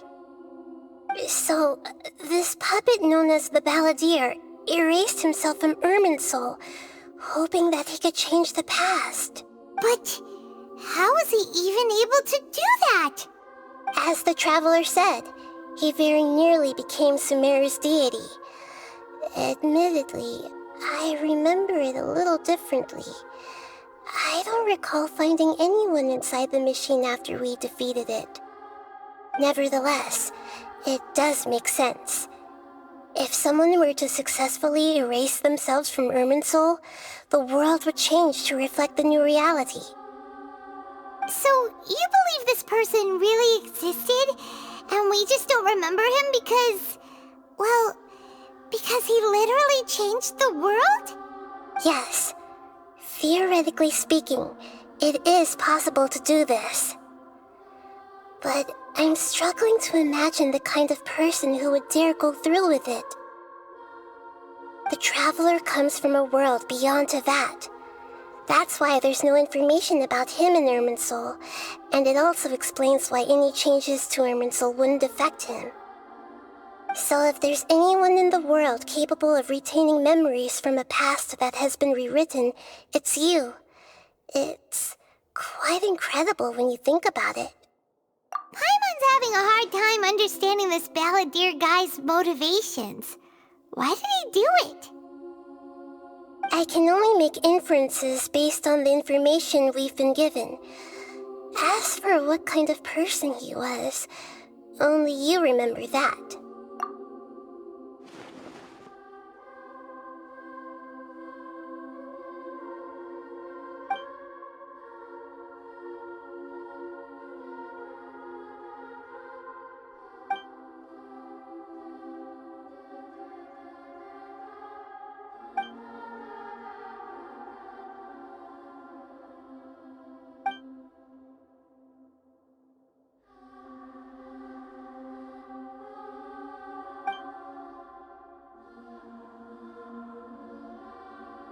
Something else worrying you?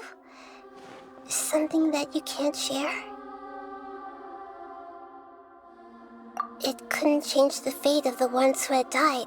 Once the balladeer realized he hadn't been betrayed after all, it must have completely changed his view of the people of Tatarasuna. He couldn't keep hating humans after that.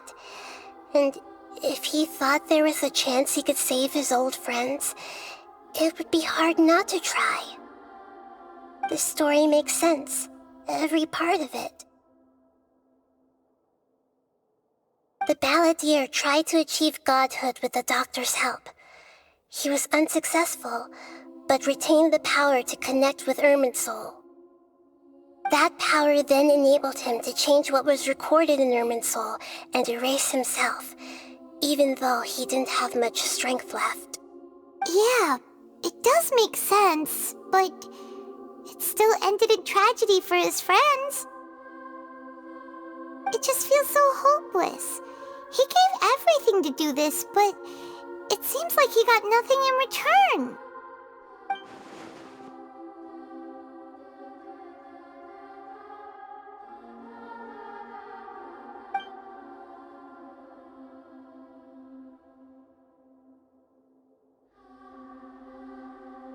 Please wait a moment. I want to check something.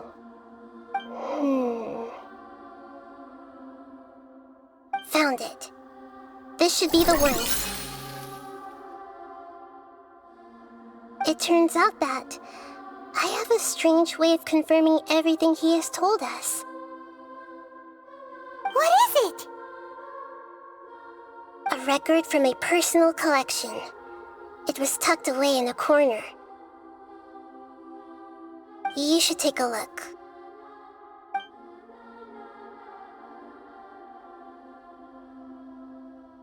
Is this a fairy tale?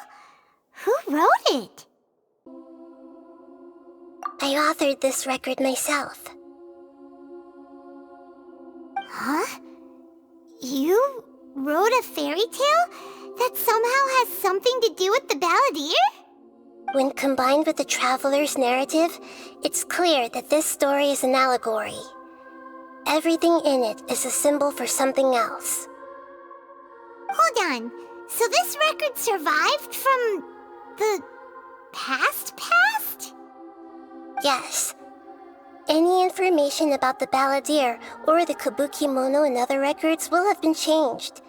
But I wrote this story in a way that means it was left intact. Changing the information in Irminsul changes to that.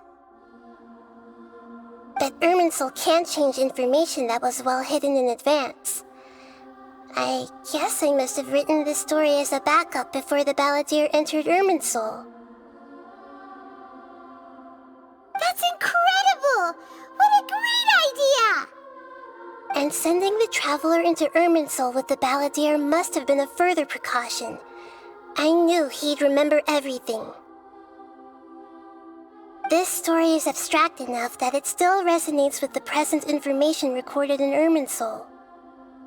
But if we connect all the different pieces together, the true story that emerges is the one he told us, the now erased life of the balladeer.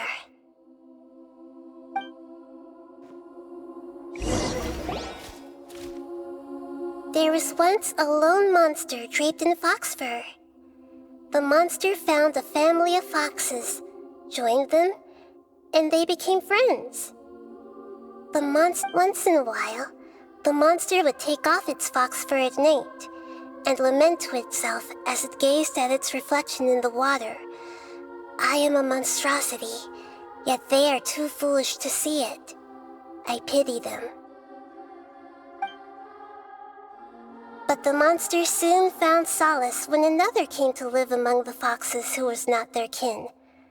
A kitten, carved from the wood of a white tree who had been abandoned by the humans. The kitten too wished to become a fox, but its tail was too slender and it could not grow a coat of richly colored fur. Yet when the other foxes saw this, they spoke words of comfort to the kitten. Even without a tail and fur like ours, you are still one of us. Furious at this happy resolution, the monster lit a fire on the mountain. The terrified animals panicked as the fire spread. The only way to extinguish the flames was to make a sacrifice. A gray fox stood up and addressed the monster. It said, "You are the cleverest among us. Surely you can help us find a way to solve this." The monster smiled, led the fox toward the fire, and murdered it. The gray fox's heart was turned into a beautiful drop of water, clear, spotless, and pure. The monster gave the heart of water to the kitten, telling him, "The foxes have decided. You are the one who must be sacrificed. Take this, quench the flames, and die for your fox kin." The fire was extinguished, but the kitten lived. It left that side of the mountain and found a little bird who had a broken wing. The two promised they would spend their whole lives together, but the little bird did not have long left to live. It passed away soon after. After burying the bird, the kitten left the mountain for good. Never again would it cherish a single creature nor a single blade of grass that stood on that mountain. The kitten spent the nights wandering aimlessly, gnashing its teeth at the moon. How it wished to swallow the moon and devour the moonlight. If the world could only return to darkness, then it would finally be peaceful and content. I will become the new moon, the answer to everything. Then, no one will know that there were once birds, foxes, and cats in this world. And no one can know that they were different.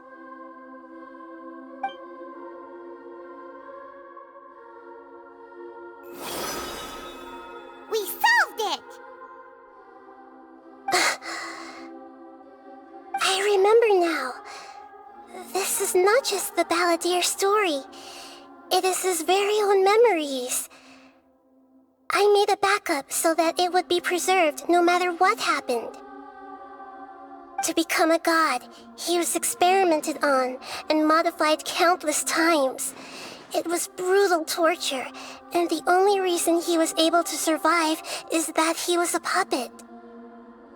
This memory was extracted from him by the scholars. Presumably, they kept it to have something to defend themselves with. Creating a deity was just the first step. Some of them wanted to be able to control it. That's why they backed up his memory for later use. I buried it deep inside one of my own dreams, and then hid it inside an allegorical story so that it wouldn't be altered. It's hard to believe that this person really existed, let alone that he tried to get rid of us on more than one occasion. Paimon has no memory of him at all. He completely vanished like a puff of smoke. The balladeer agreed to help me look for information about the Descenders, and although he was unsuccessful, he still helped you. Before he vanished, he confirmed an important detail, that Conria was where your twin first came into this world. We still don't know how the change to Irminsul will affect the senior ranks of the Fatui, but in all likelihood, they won't even remember their own Harbinger. It sounds like Paimon wouldn't like this guy a whole lot if he was still around. But still, Paimon doesn't like the way it all ended that much better. This is why wisdom alone cannot answer all our questions. We look, we see, and we comprehend, but the question still troubles us. So the answer is not everything. People yearn to find the truth and then conquer the troubles they face. When you give someone the truth, you give them a chance to choose their own destiny. To others looking on, this may seem like a pointless endeavor, but for him, the chance to act on his desire to disappear must have meant a lot. Never forget that even when we walk beneath dark clouds along a road filled with suffering, the light of wisdom is always there, guiding us toward a better destination. And that is what you have been doing all along. Yeah, Nahita's right. Cheer up. How about we go get something to eat? We can pick up this heavy conversation again later. Good idea. Paimon, why don't you take him out for a walk to clear his head? You got it! Come on, Traveler! You need to get out of your head for a while. You'll feel much better after taking a walk. Let's go get a snack from one of the stalls in the Grand Bazaar! That'll be sure to lift our spirits. It must be really tough being the only one who remembers all that. But Paimon's always here to help cheer you up.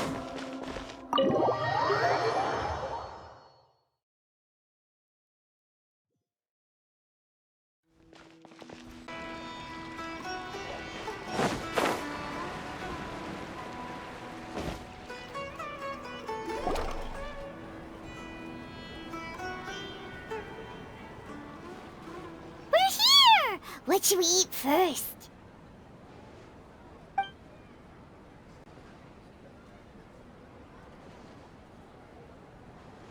Hey, are you gonna answer or what?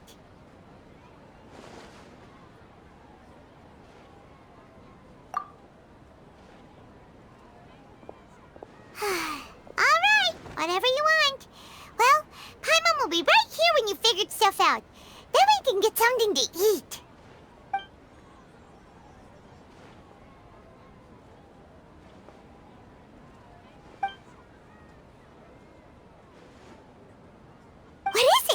Have you figured it all out?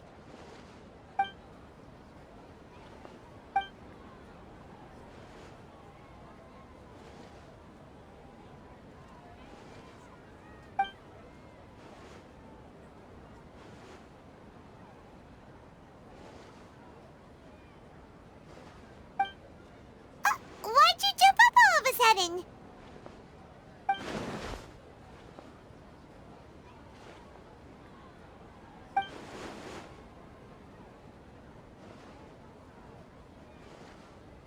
Excuse me, boss. there seems to be a small problem with the last bill. Look, here.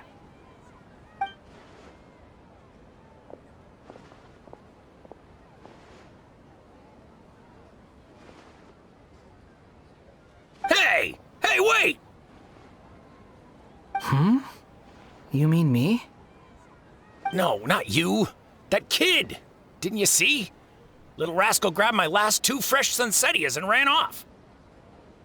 Look, if you're gonna help out here, you can't keep spacing out, okay? What is it?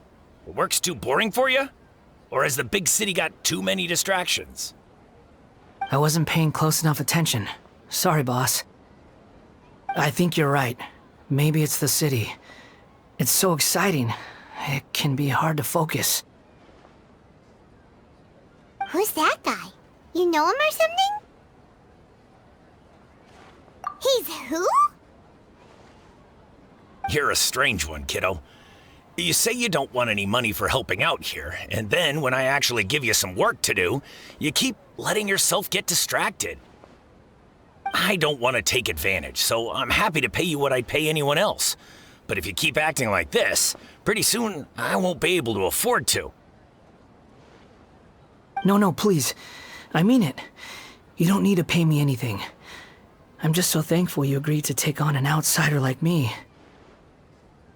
You're welcome, I guess. But I got bigger things to worry about.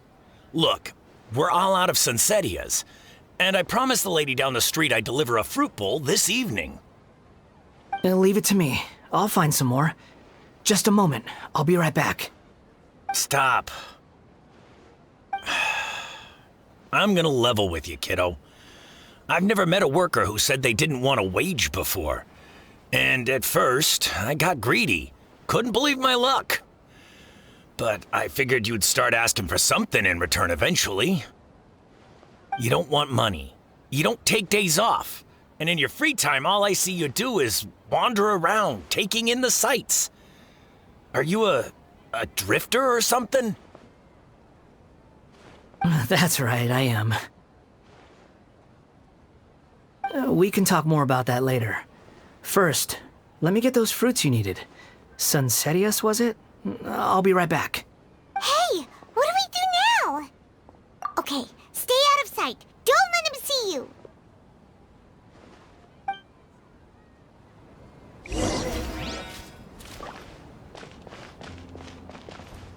I want... Could the treasures I discovered in my youth have been left by the dead?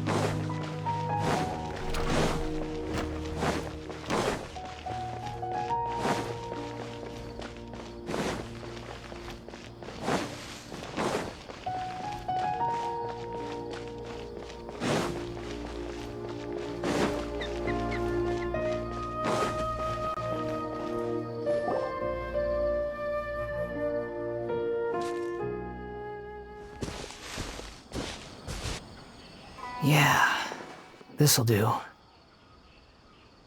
though you say he's the balladeer, what are we planning on doing? Stealing his Sunsettias? Isn't that a bit too cruel? Oh, all right. This should be enough. Guess I should wash them before I take them back.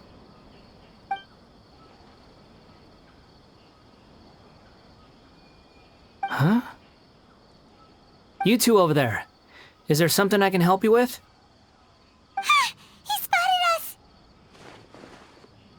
You've been following me all the way from the city. I'd have to be blind not to notice. Have we met before? No, we haven't met. But you know me? I have no recollection.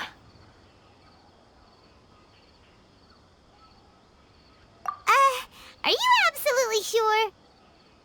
Sorry, but I just can't take your word for it.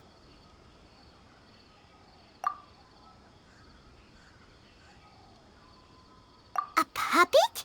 What makes you think that? Huh? You were right! The look on his face! I guess you do know me after all. That is not something I share with a lot of people. Look, I'm just a wanderer.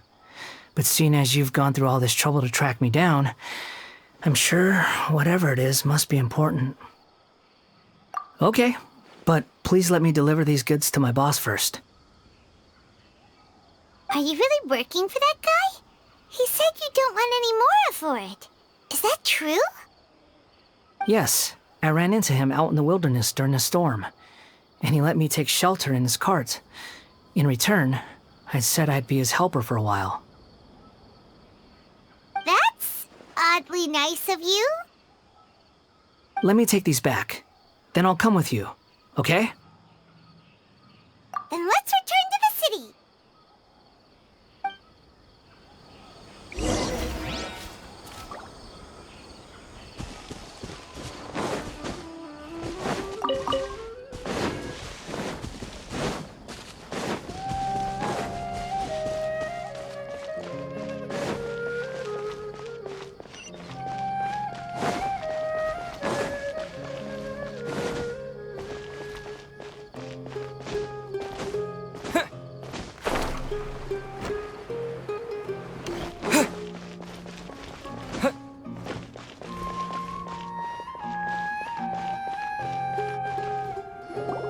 Here you go, boss.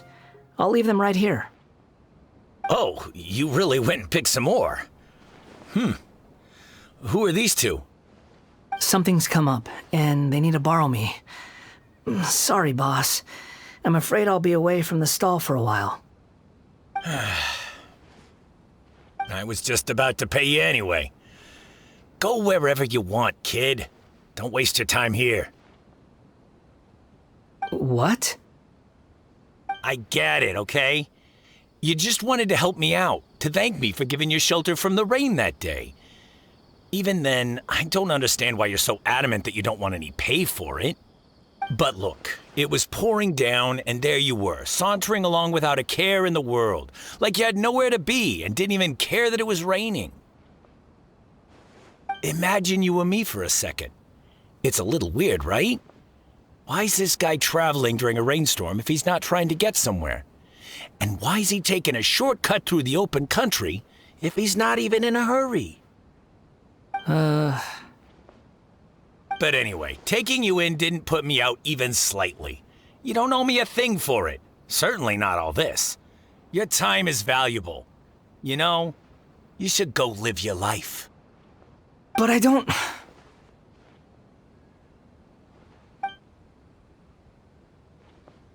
No, you're right. Then I suppose this is where we say goodbye. Thank you again for taking me into the city. Don't mention it, kiddo. I've run into all kinds of characters over the years. I just hope you find your path. Thank you. All right, done. Thanks for waiting for me. We can...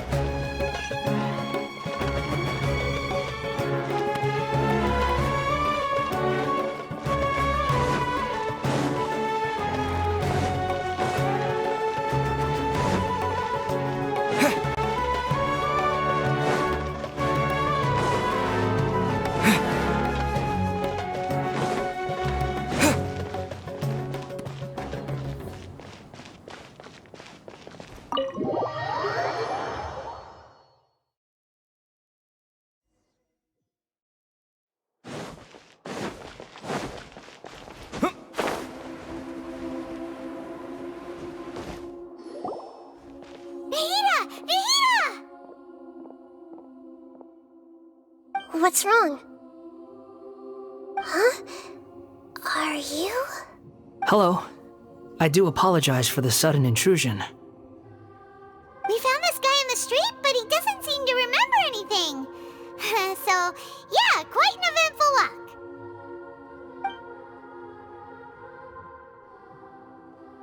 You say that you are trekking across Teyvat to train yourself. Many other Inazumans who describe themselves in this way call themselves Shugenja. What? Well, it seems more relevant in my case. To me, it sounds like a plant with no roots.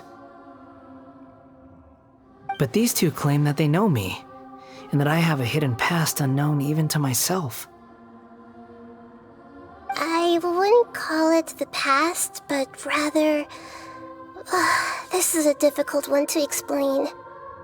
I don't like to rely on using terms like this often, but in your case, it seems that it ought to be called previous incarnation. Oh, like a past life or something? Yes, something far more distant than the past. So far away that you cannot perceive it. Okay, I have to ask. What was I like in my previous incarnation?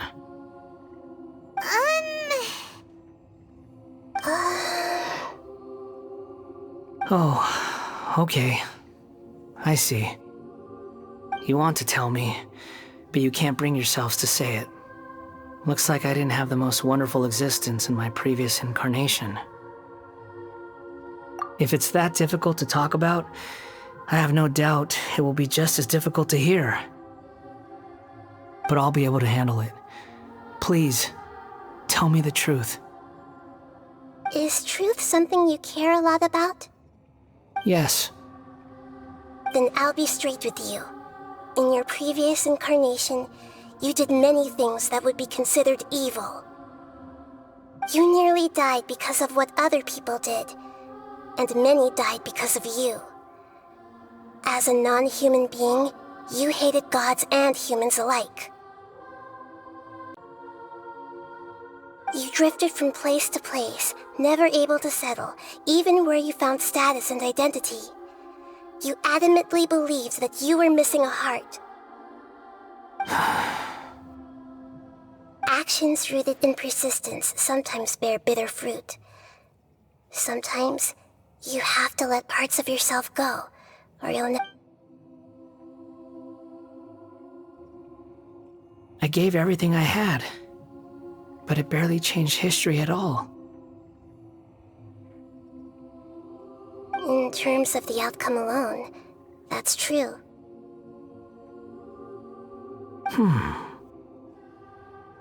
I don't think I can judge everything I've heard purely in terms of right and wrong. Each choice a person makes belongs to a specific place and time, a chain of cause and effect, a cycle of karma and consequence. That is the nature of truth. If one thing is right, its opposite must be wrong. And yet, dichotomies like this are not enough to explain the world in all of its complexity. It seems like my previous incarnation wasn't the most likable individual. We're not trying to hurt your feelings or anything, but yeah, we weren't your biggest fans. If we were enemies, why are you trying to help me find the truth? This is so frustrating! This guy's supposed to be our arch enemy, but now he's just some random stranger we met on the street! He's got so much to answer for, but we can't make him talk because he doesn't remember anything. What a weird situation. Lesser Lord Kusanali, as the God of Wisdom, I trust that everything you told me must be true. Yes, it's all true. I can even show you the memories themselves, if you're willing. Please, I want to see them for myself. I want to experience my own transgressions. Even though it will cause your present self great mental anguish? I'm just a puppet, with no heart and no name. There is nothing in this world for me to cling to. Very well. As you wish. Wait, shouldn't we go with him? This one's kind of on us for bringing him here. Don't worry. Whatever danger I might face, it's my burden to bear. Traveler, could I ask you to supervise him on my behalf? Oh, good point. Given your, unique situation, we'd better keep an eye on you. Understood. Thank you. Now, prepare yourselves, everyone.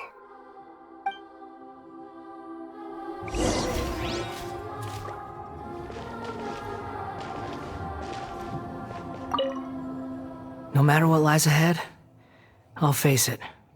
Whatever it takes. I'm just sorry that you have to join me for the whole thing.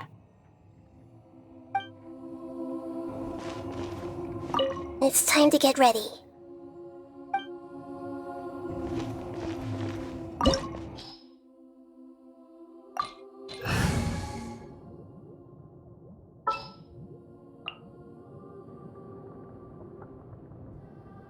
Let's make haste.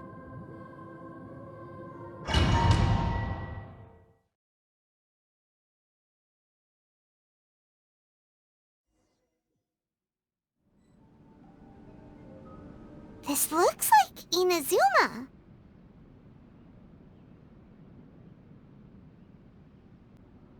Right now, you're in a dream I created using information extracted from your memories. These memories will show you the raw truth, but be aware that enemies may react just like in the real world. Please be careful. Sounds like an immersive experience. It's a good thing we came along. You don't need to do this for me. I don't deserve your protection. We never give up halfway. Well, we had to once, but that was your doing. All right. Thanks. Wanderer, this is the Shake Pavilion. In your Balladeer incarnation, this is where the Electro Archon placed you after your creation. You had a great many memories here. Is that because this is kind of like his birthplace? You could say that, in a sense. You'll see why shortly. I hear footsteps. This place is huge. I can't believe the landslide didn't fill it in. I wonder who built it. The Crystal Marrow Miners? No, there's no way. Look at this exquisite construction work, and so well preserved, too. No mining crew would be capable of this. There's someone passed out on the ground. Who are you? You're awake. What happened? How'd you get stuck here? Are you injured? Not a scratch. And these fine clothes. Who are you? This man is Katsuragi, deputy to Torichiyo's adopted son, Mikoshi Nagamasa. He found the Balladeer in Shake Pavilion and took him back to Tatarasuna. And the rest is history. Well, it used to be. In the original version of events, Katsuragi was ultimately killed by Nagamasa. Let me get you out of here. Our people are nearby. Hang in there. During the Tatarasuna incident, Niwa was murdered by the doctor disguised as a mechanic. The Balladeer, then known as the Kabukimono, disappeared not long after. As the second-in-command at Tatarasuna, responsibility for what had happened fell to Mikoshi Nagamasa. But Katsuragi had sworn lifelong loyalty to Nagamasa after the latter had once saved his life. At Katsuragi's insistence, Nagamasa killed him to put an end to the Tatarasuna incident.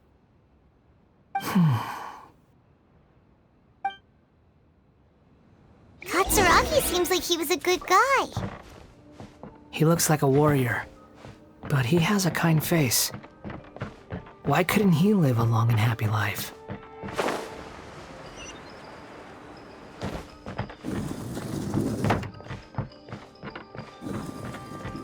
Nagamasa, I found this young guy in a cave sealed off by a landslide. He doesn't remember his name. Well, we need to call you something. I hear the workers are calling you the Kabukimono. That's fine with me. Katsuragi, report to Niwa. Tell him we have someone new joining us.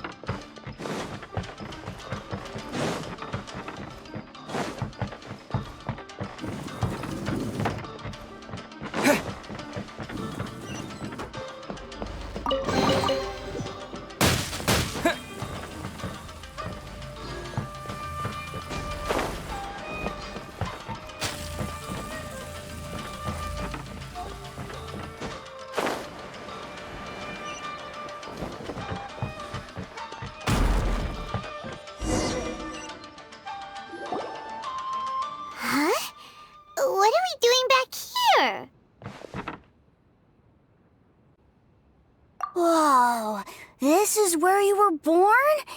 It's pretty, but there's nobody here. I was abandoned, like you. I lived here for a while at first, but there's nothing for us here. We can't stay. Okay. I heard my mom and dad used to make swords, but the factory manager died, and then my dad got sick. He kept coughing all the time, just like me. Then Mom started coughing too. But you can't. You promised me. Yup, we're family now. We're gonna be together forever and ever. This child didn't have a name. Or rather, the balladeer didn't know what to call him. His father died before he could name him. After his mother died, the child stayed in their straw hut alone. Some of the neighbors helped to raise him. After leaving Tatarasuna, the balladeer ran into this child who didn't have a name, just like him. They made a promise to live together. What happened to the child then? He died from his illness while he was still very young. The balladeer came home one day and found that he had stopped breathing. Hey! What's wrong? Say something! You promised me we could be family! You're no different from Niwa and all the others. You betrayed me too.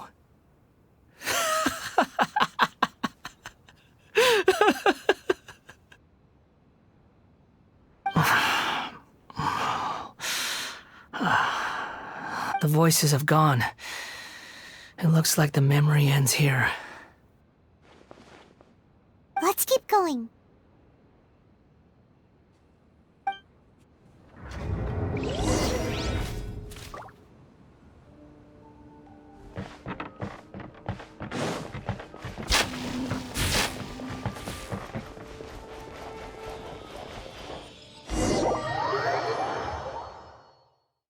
You do realize you're blocking my path. I come not to obstruct you. I've been waiting.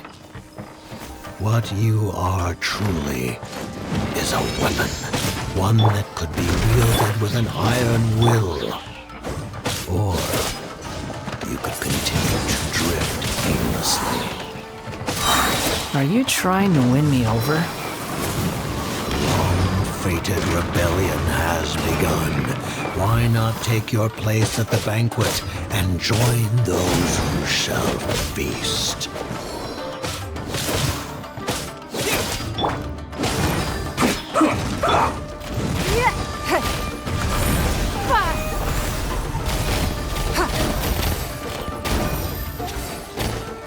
Let's end this quickly!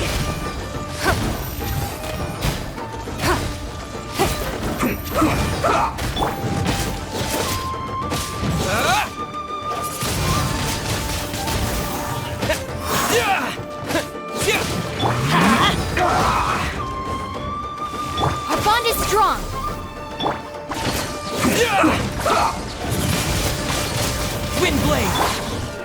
Get out of here! Take cover! Let's end this quickly! Dissipate! Yeah!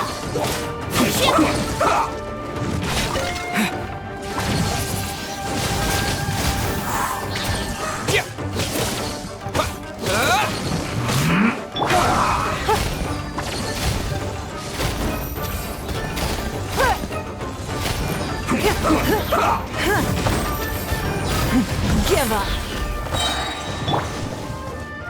Get out of here! Take cover! Let's end this quickly! I'm going in!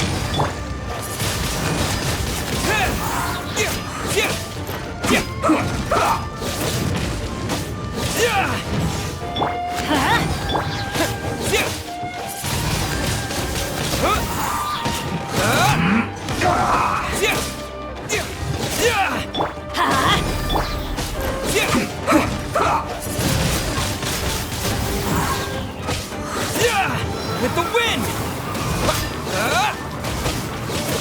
Let's end this quickly!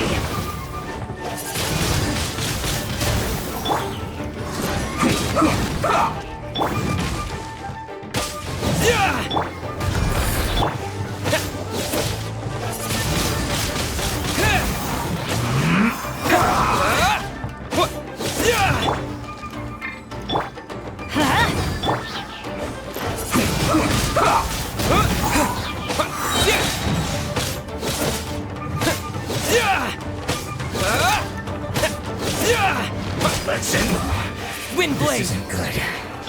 Let's light it up! No excuse for slacking!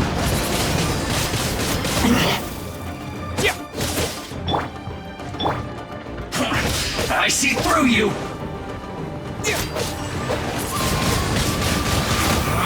You can't run! Well, neither can I.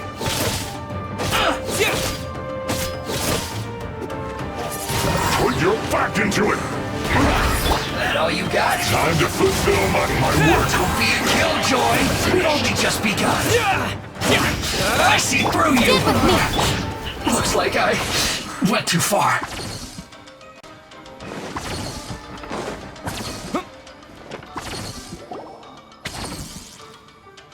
This place is dark. Paimon knows this place. It's the Delusion Factory in Inazuma. In the original version of events, the Traveler once encountered the Balladeer here. Such a creepy atmosphere. And so familiar.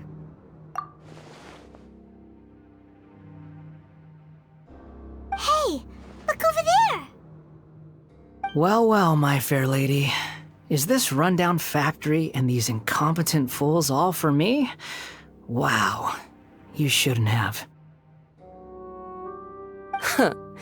What do you have to gain from belittling your subordinates? You might not want to admit it, but you are a part of this plan. Perhaps you find fighting in the Abyss to be a more meaningful use of your time? Oh, but of course, even this pales in comparison to being experimented on by the Doctor. What a sharp tongue you have. Funny how negotiating never seems to be your strong suit.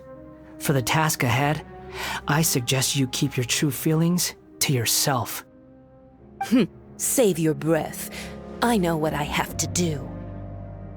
I'm sure you think so, but I still think you need to hear it. Don't start thinking you're invincible, and don't let your emotions get in the way. Surely you're not worried about me. I just can't have you getting in my way. You and Child never fail to find ways to complicate things. I'm merely lighting a little fire in this chaotic nation. But you, being tossed out like trash, must make you want to destroy it completely.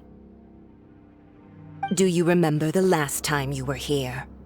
That was a lot of swordsmiths you killed. I'm sure the descendants of the Raiden Gokaden are still suffering the consequences now. Look at you. Oh, don't get so sentimental. Now, give that poor little tongue of yours a rest and stop pretending like you're above everyone else. Bye then. See you at the victory feast.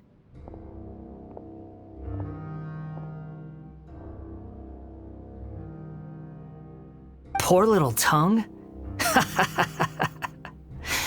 She's playing with fire talking to me like that. Who does she think she is? Forget it. Someone might find me here any minute now. I should prepare to give them a warm welcome.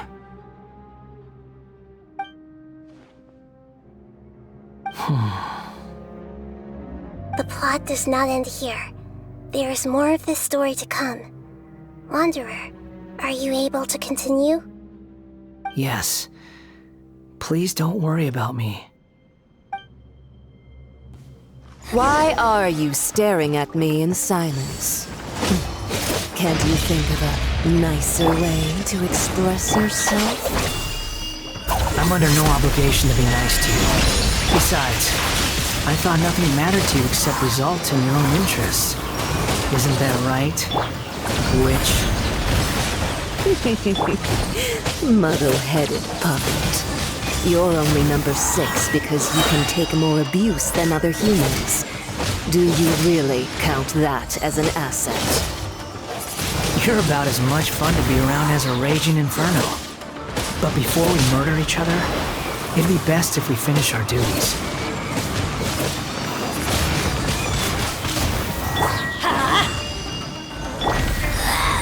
This is Her Majesty's gift!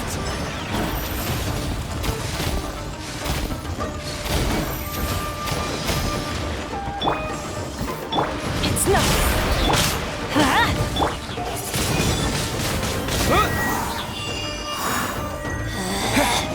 Out of my sight!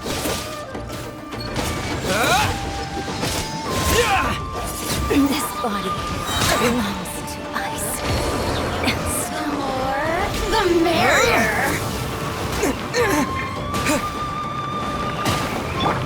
Let's light it up! Yeah! That's gonna hurt in the morning! Let's light it up! Stand with me! Wind blade! Let me amuse myself a little. Over here! Disappear!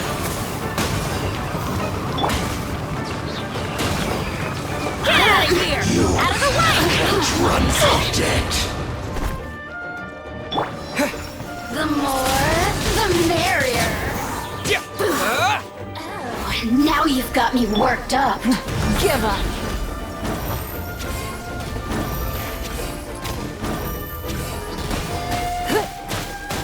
Submit.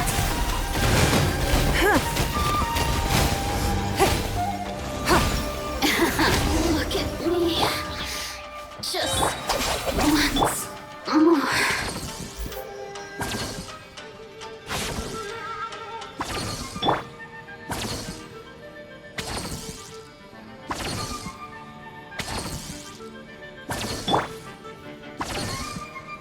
Our bond is strong.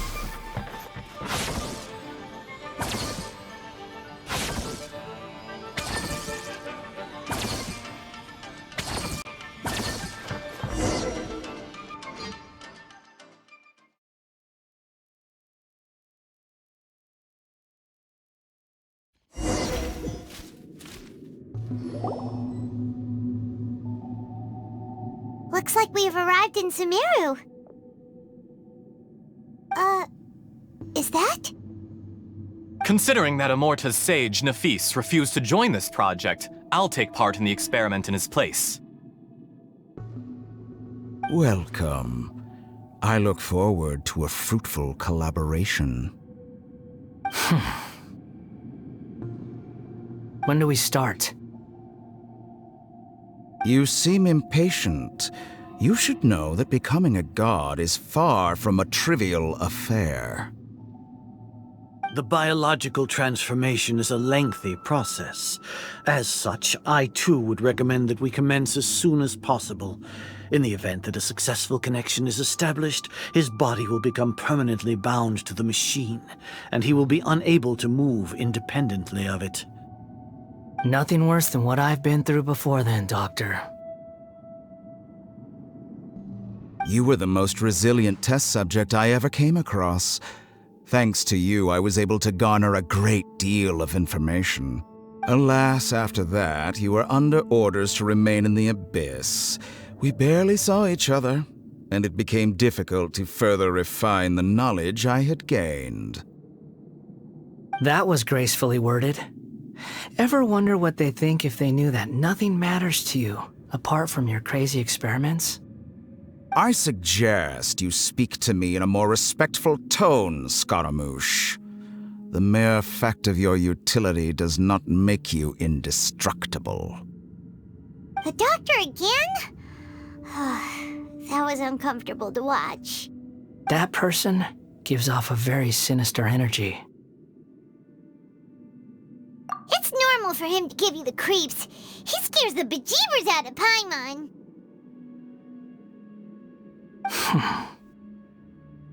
Let's move on.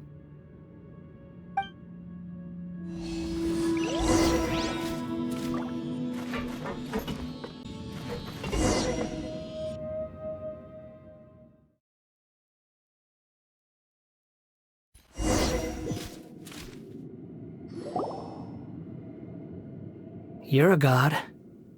Do you think I'm evil? If you accept that he is you, just as you are you, then yes, you are evil.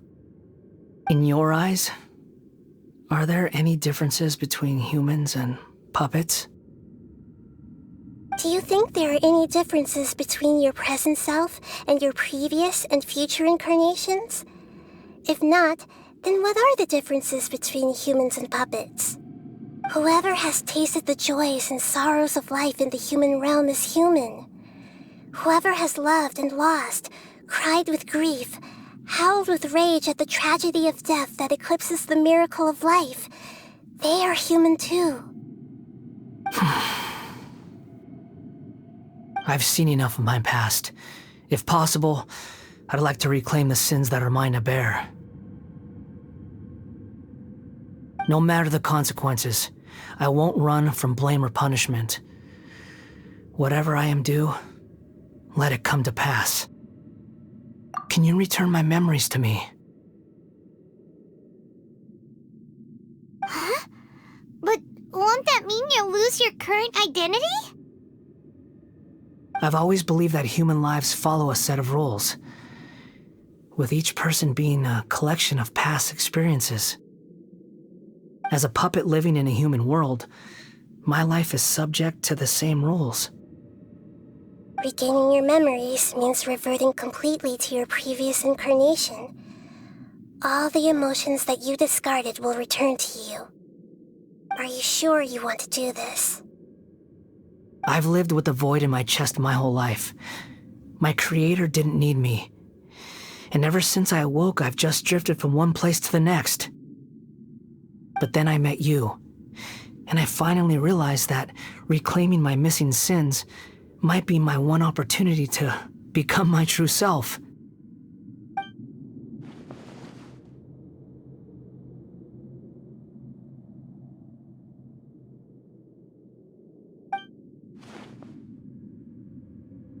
I've always felt I have an innate tendency to yearn for something more, in a way that goes deeper than for most people. But for all my soul-searching as a Shugenja, I've never fully understood it. Looking at it now, it seems that I brought this curse upon myself. So I beg you, grant me this opportunity to gain a purpose, to change my destiny, and end my wandering. Very well. Since your mind is made up, I will return to you that which is yours.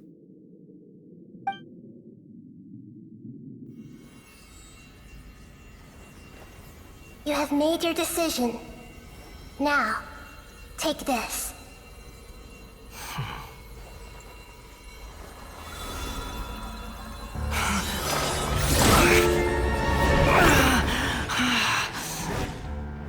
set him free. A puppet? What's he doing here? You're a human as far as I'm concerned. Everyone's here. Wonderful. What a fine blade. Nagamasa will be thrilled. This is my...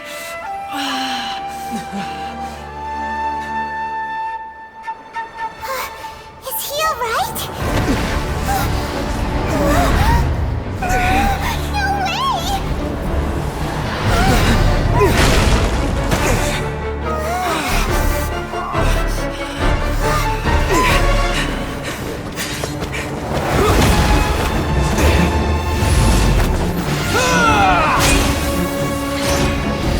No way!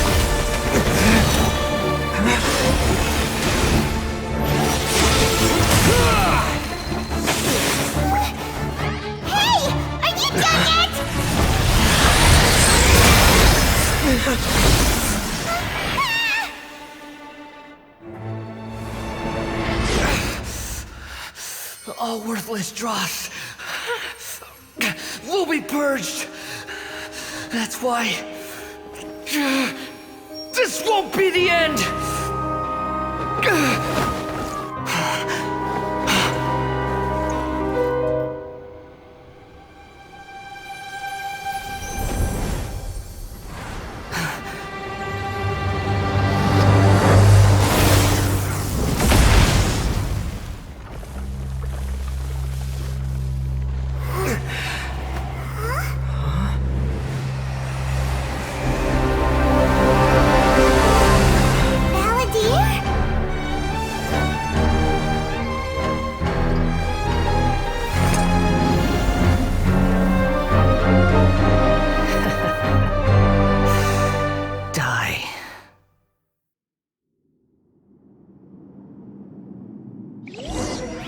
This is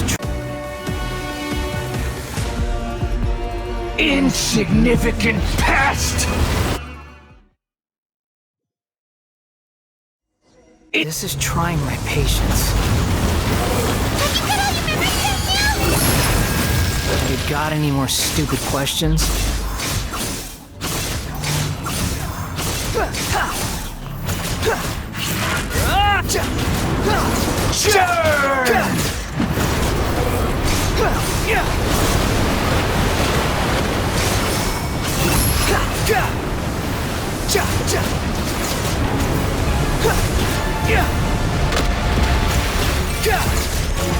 At my command, Fury, you shall fall!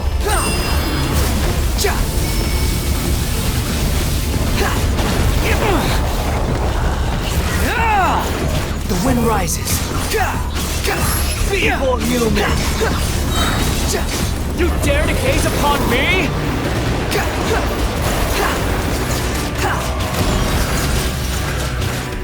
Squall Fury!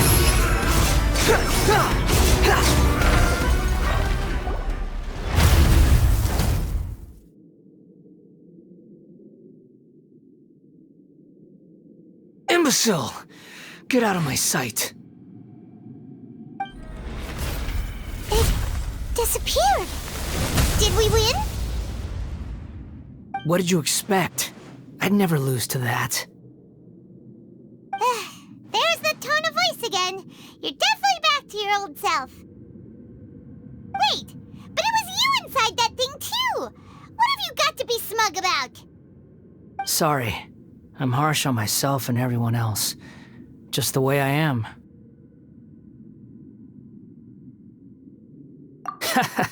You sound like you're concerned about me. But don't worry. Thanks to you, even if I didn't change a thing, at least I now know the truth. The memory recovery seems to have been a success. This dream has served its purpose.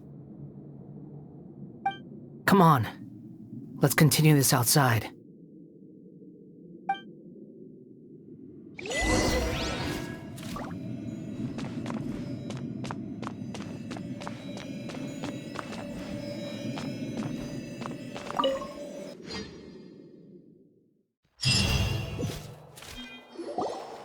Welcome back, Traveler, Paimon, Balladeer. It feels like we just went on a really long journey. Paimon's exhausted. You don't like being addressed by that name? It's fine. But I was just thinking, I should probably change it. After learning about everything the doctor did, there's no way I can carry on using a name connected to him. I'm not planning on returning to the Fatui, and they wouldn't take me back anyway.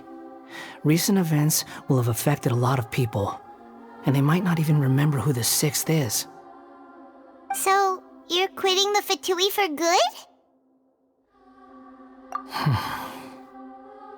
It's like you said, Lesser Lord Kusanali. Everything may look futile, but it wasn't completely meaningless. At least I made a lot of people forget about me. But that doesn't mean your own past has disappeared. Of course. And your main goal, for which you gave up everything you had, you weren't able to achieve it. I hope you can see and understand that. Changing the world, changing the past, changing the fates of other people, these are not simple things to accomplish. What you are looking for is complete annihilation. But this is just a fantasy. Even if the Balladeer is removed from existence, the world will not heed your will. Indeed. How ridiculous. Do you regret doing all that when you've gotten so little in return? Even if I'm completely worthless, there's nothing in the world worth regretting. Lesser Lord Kusanali, you purposely left that information in Irminsul, didn't you? Yes, and I took pains to make sure that you'd acquire that information naturally. Why would you go to such lengths? You trying to win me over too? In all honesty, your past experiences have made you a useful asset to Sumeru and to me. Winning you over was indeed a part of my plan. But before that, I wanted to tell you the truth about your past. If all I wanted to do was use you, then I'd be no different from the doctor. Very clever. I guess you could say that's one of my virtues. Utility to others is what gives me worth. So if embracing my sins is what it takes to make me useful again, so be it. Oh right, I almost forgot. You're the good guys. You're into justice and all that. Sorry if I have a slightly different perspective on things, but I don't feel like I've been duped. The wisest leaders are fated to end up with the best helpers. I can live with that. I'm glad you're able to think of it in that way.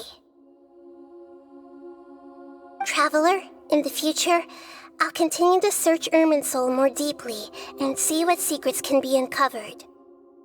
Including the beginning of your twins' journey recorded in Irminsul. What exactly happened before and after that point? I want to know as well.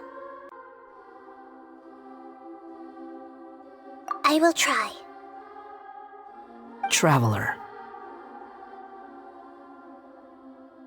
After I dove into the information torrents in Irminsul, why did you go to Inazuma?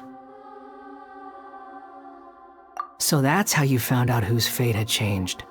And how. Well, whatever your reasons, you did me a favor. And I'll do everything I can to pay it back. Borrowing and returning are the only real relationships between individuals. I'll balance the books one day. Don't you worry. That's not true. A relationship between two people is not simply a ledger that can be reset to zero. I think deep down you realize this. People who show up in your life don't just evaporate like water drops and leave nothing behind. There is no such thing as balancing the books. Some things in this world can never be brought back, and they can never be changed, which is why there is emotion in the human world. Everything that you feel is real and lasting, and whatever is missing in you will not be made whole. To be human is to live with imperfections. You can choose whether or not you want to be human. But humans can't live without a heart, can they? Anyway, I gave up trying to become a human a long time ago. You understand what pain is perfectly well, even without a heart. You're just bearing your feelings. The past is set in stone, but you can keep moving on. And the longer your future lasts, the shorter your past will become, until one day, it is but a tiny fraction of your life. Sounds like you've got a future planned out for me. Everything's ended up being pretty darn complicated. Paimon doesn't even know where to start, but the most important thing now is that you need to follow Nahida. Otherwise, all our efforts will have been for nothing.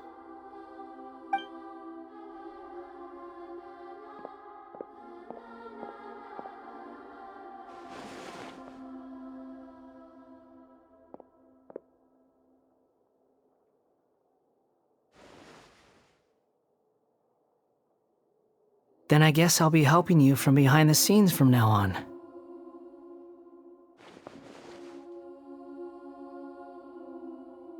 I'm glad that you've accepted our proposal. Why don't you choose a new name to celebrate? Ooh! Paimon wants to pick an ugly nickname for you, too! Why? Because Paimon still doesn't like you that much. Then I hope we don't see much of each other in the future. A name is life's first gift. You didn't say it out loud, but I know that's what you're thinking.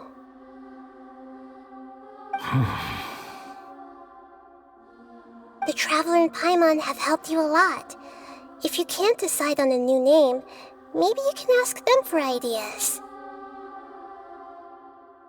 No! Paimon only does nicknames! If it's a serious name you're after, it's all yours.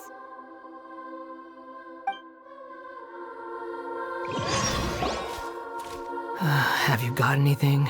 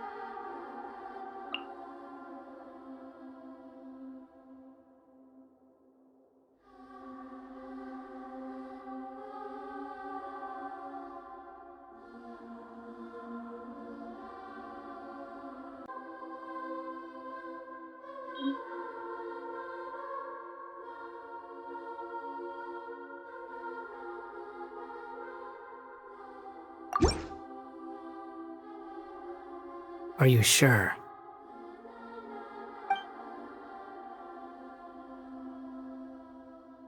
Oh, all right. If you say so. There. Now you have a name of your own. What about a nickname? Are you done yet? Still thinking. Stop rushing me! Take your time. I don't need to see you again until you've thought of one. Everyone who manipulated me and made me suffer will have to pay the price. You mean the Fatui? The doctor, at least. Now that your stance has changed, I believe your future path will change accordingly. But it won't be immediate. You still need some time to compose yourself. One more thing. There are still some descendants of the Raiden Gokuden living in Inazuma. Some of them know. Well, they ought to know about the connection between Raiden Gokuden and myself. I don't plan to leave Sumeru for the time being. If you see them in Inazuma, please tell them that I was the one responsible for the Raiden Gokuden's downfall. Even though the events have been erased from the world, they still deserve to know the truth. I see. That is up to you. Huh? But if we do that, then... It's fine. Let them stab their blades into my chest if they so desire. Maybe that's how it always should have been. No nonsense. I like it. All right, let's call it a day. Goodbye, wise deity. And you too.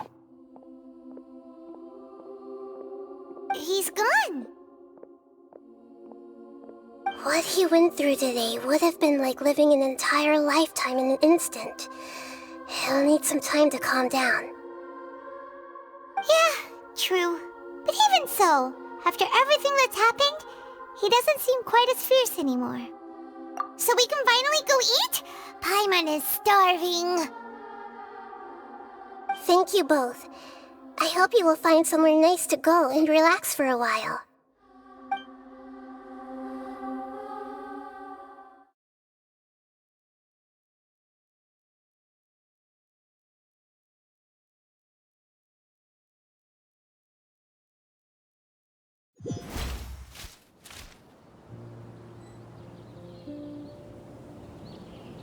I've got it! I can end my novel with some words from Mikoshi Nagamasa. You mean because everyone else in the story is dead? Yeah, I heard that Mikoshi Nagamasa died at a ripe old age. He's the perfect fit to be the narrator of the epilogue. The dark clouds had dissipated, but they continued to cast their shadow in Mikoshi Nagamasa's mind for decades to come. Then, one night, as an old man, he had a dream. On the night when that prized blade, the Daitatara Nagamasa, was forged, the people rejoiced, and there was painting, dancing, and drinking.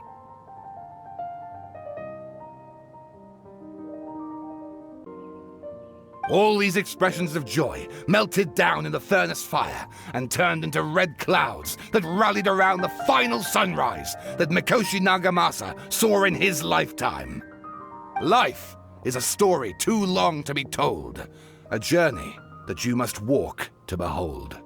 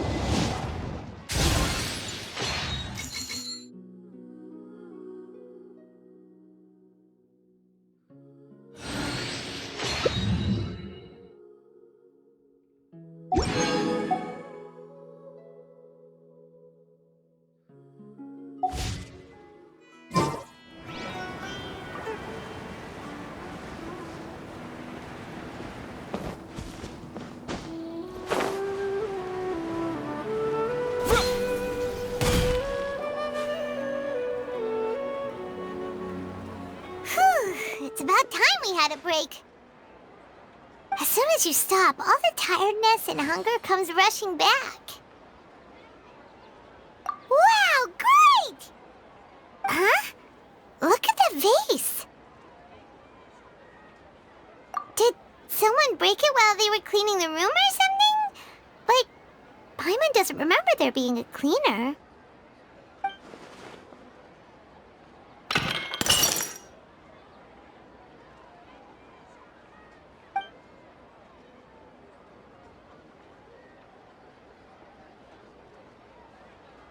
You sound lost and confused.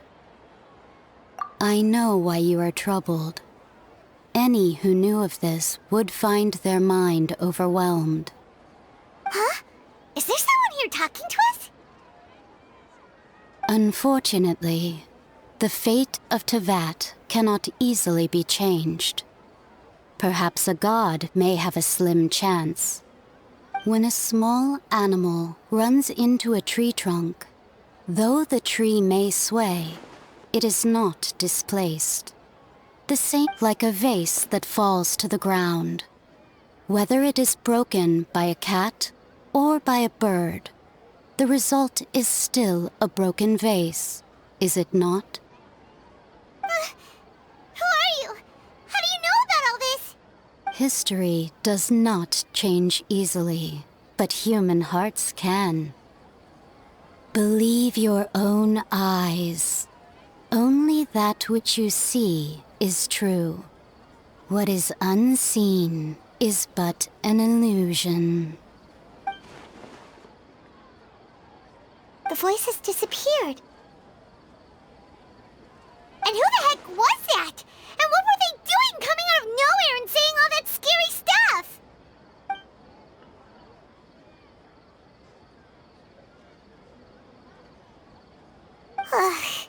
Anyway, that vase is still lying there broken on the ground. Should Paimon go get someone to clean it up? It feels wrong just leaving it there. Just a moment, Paimon will be right back.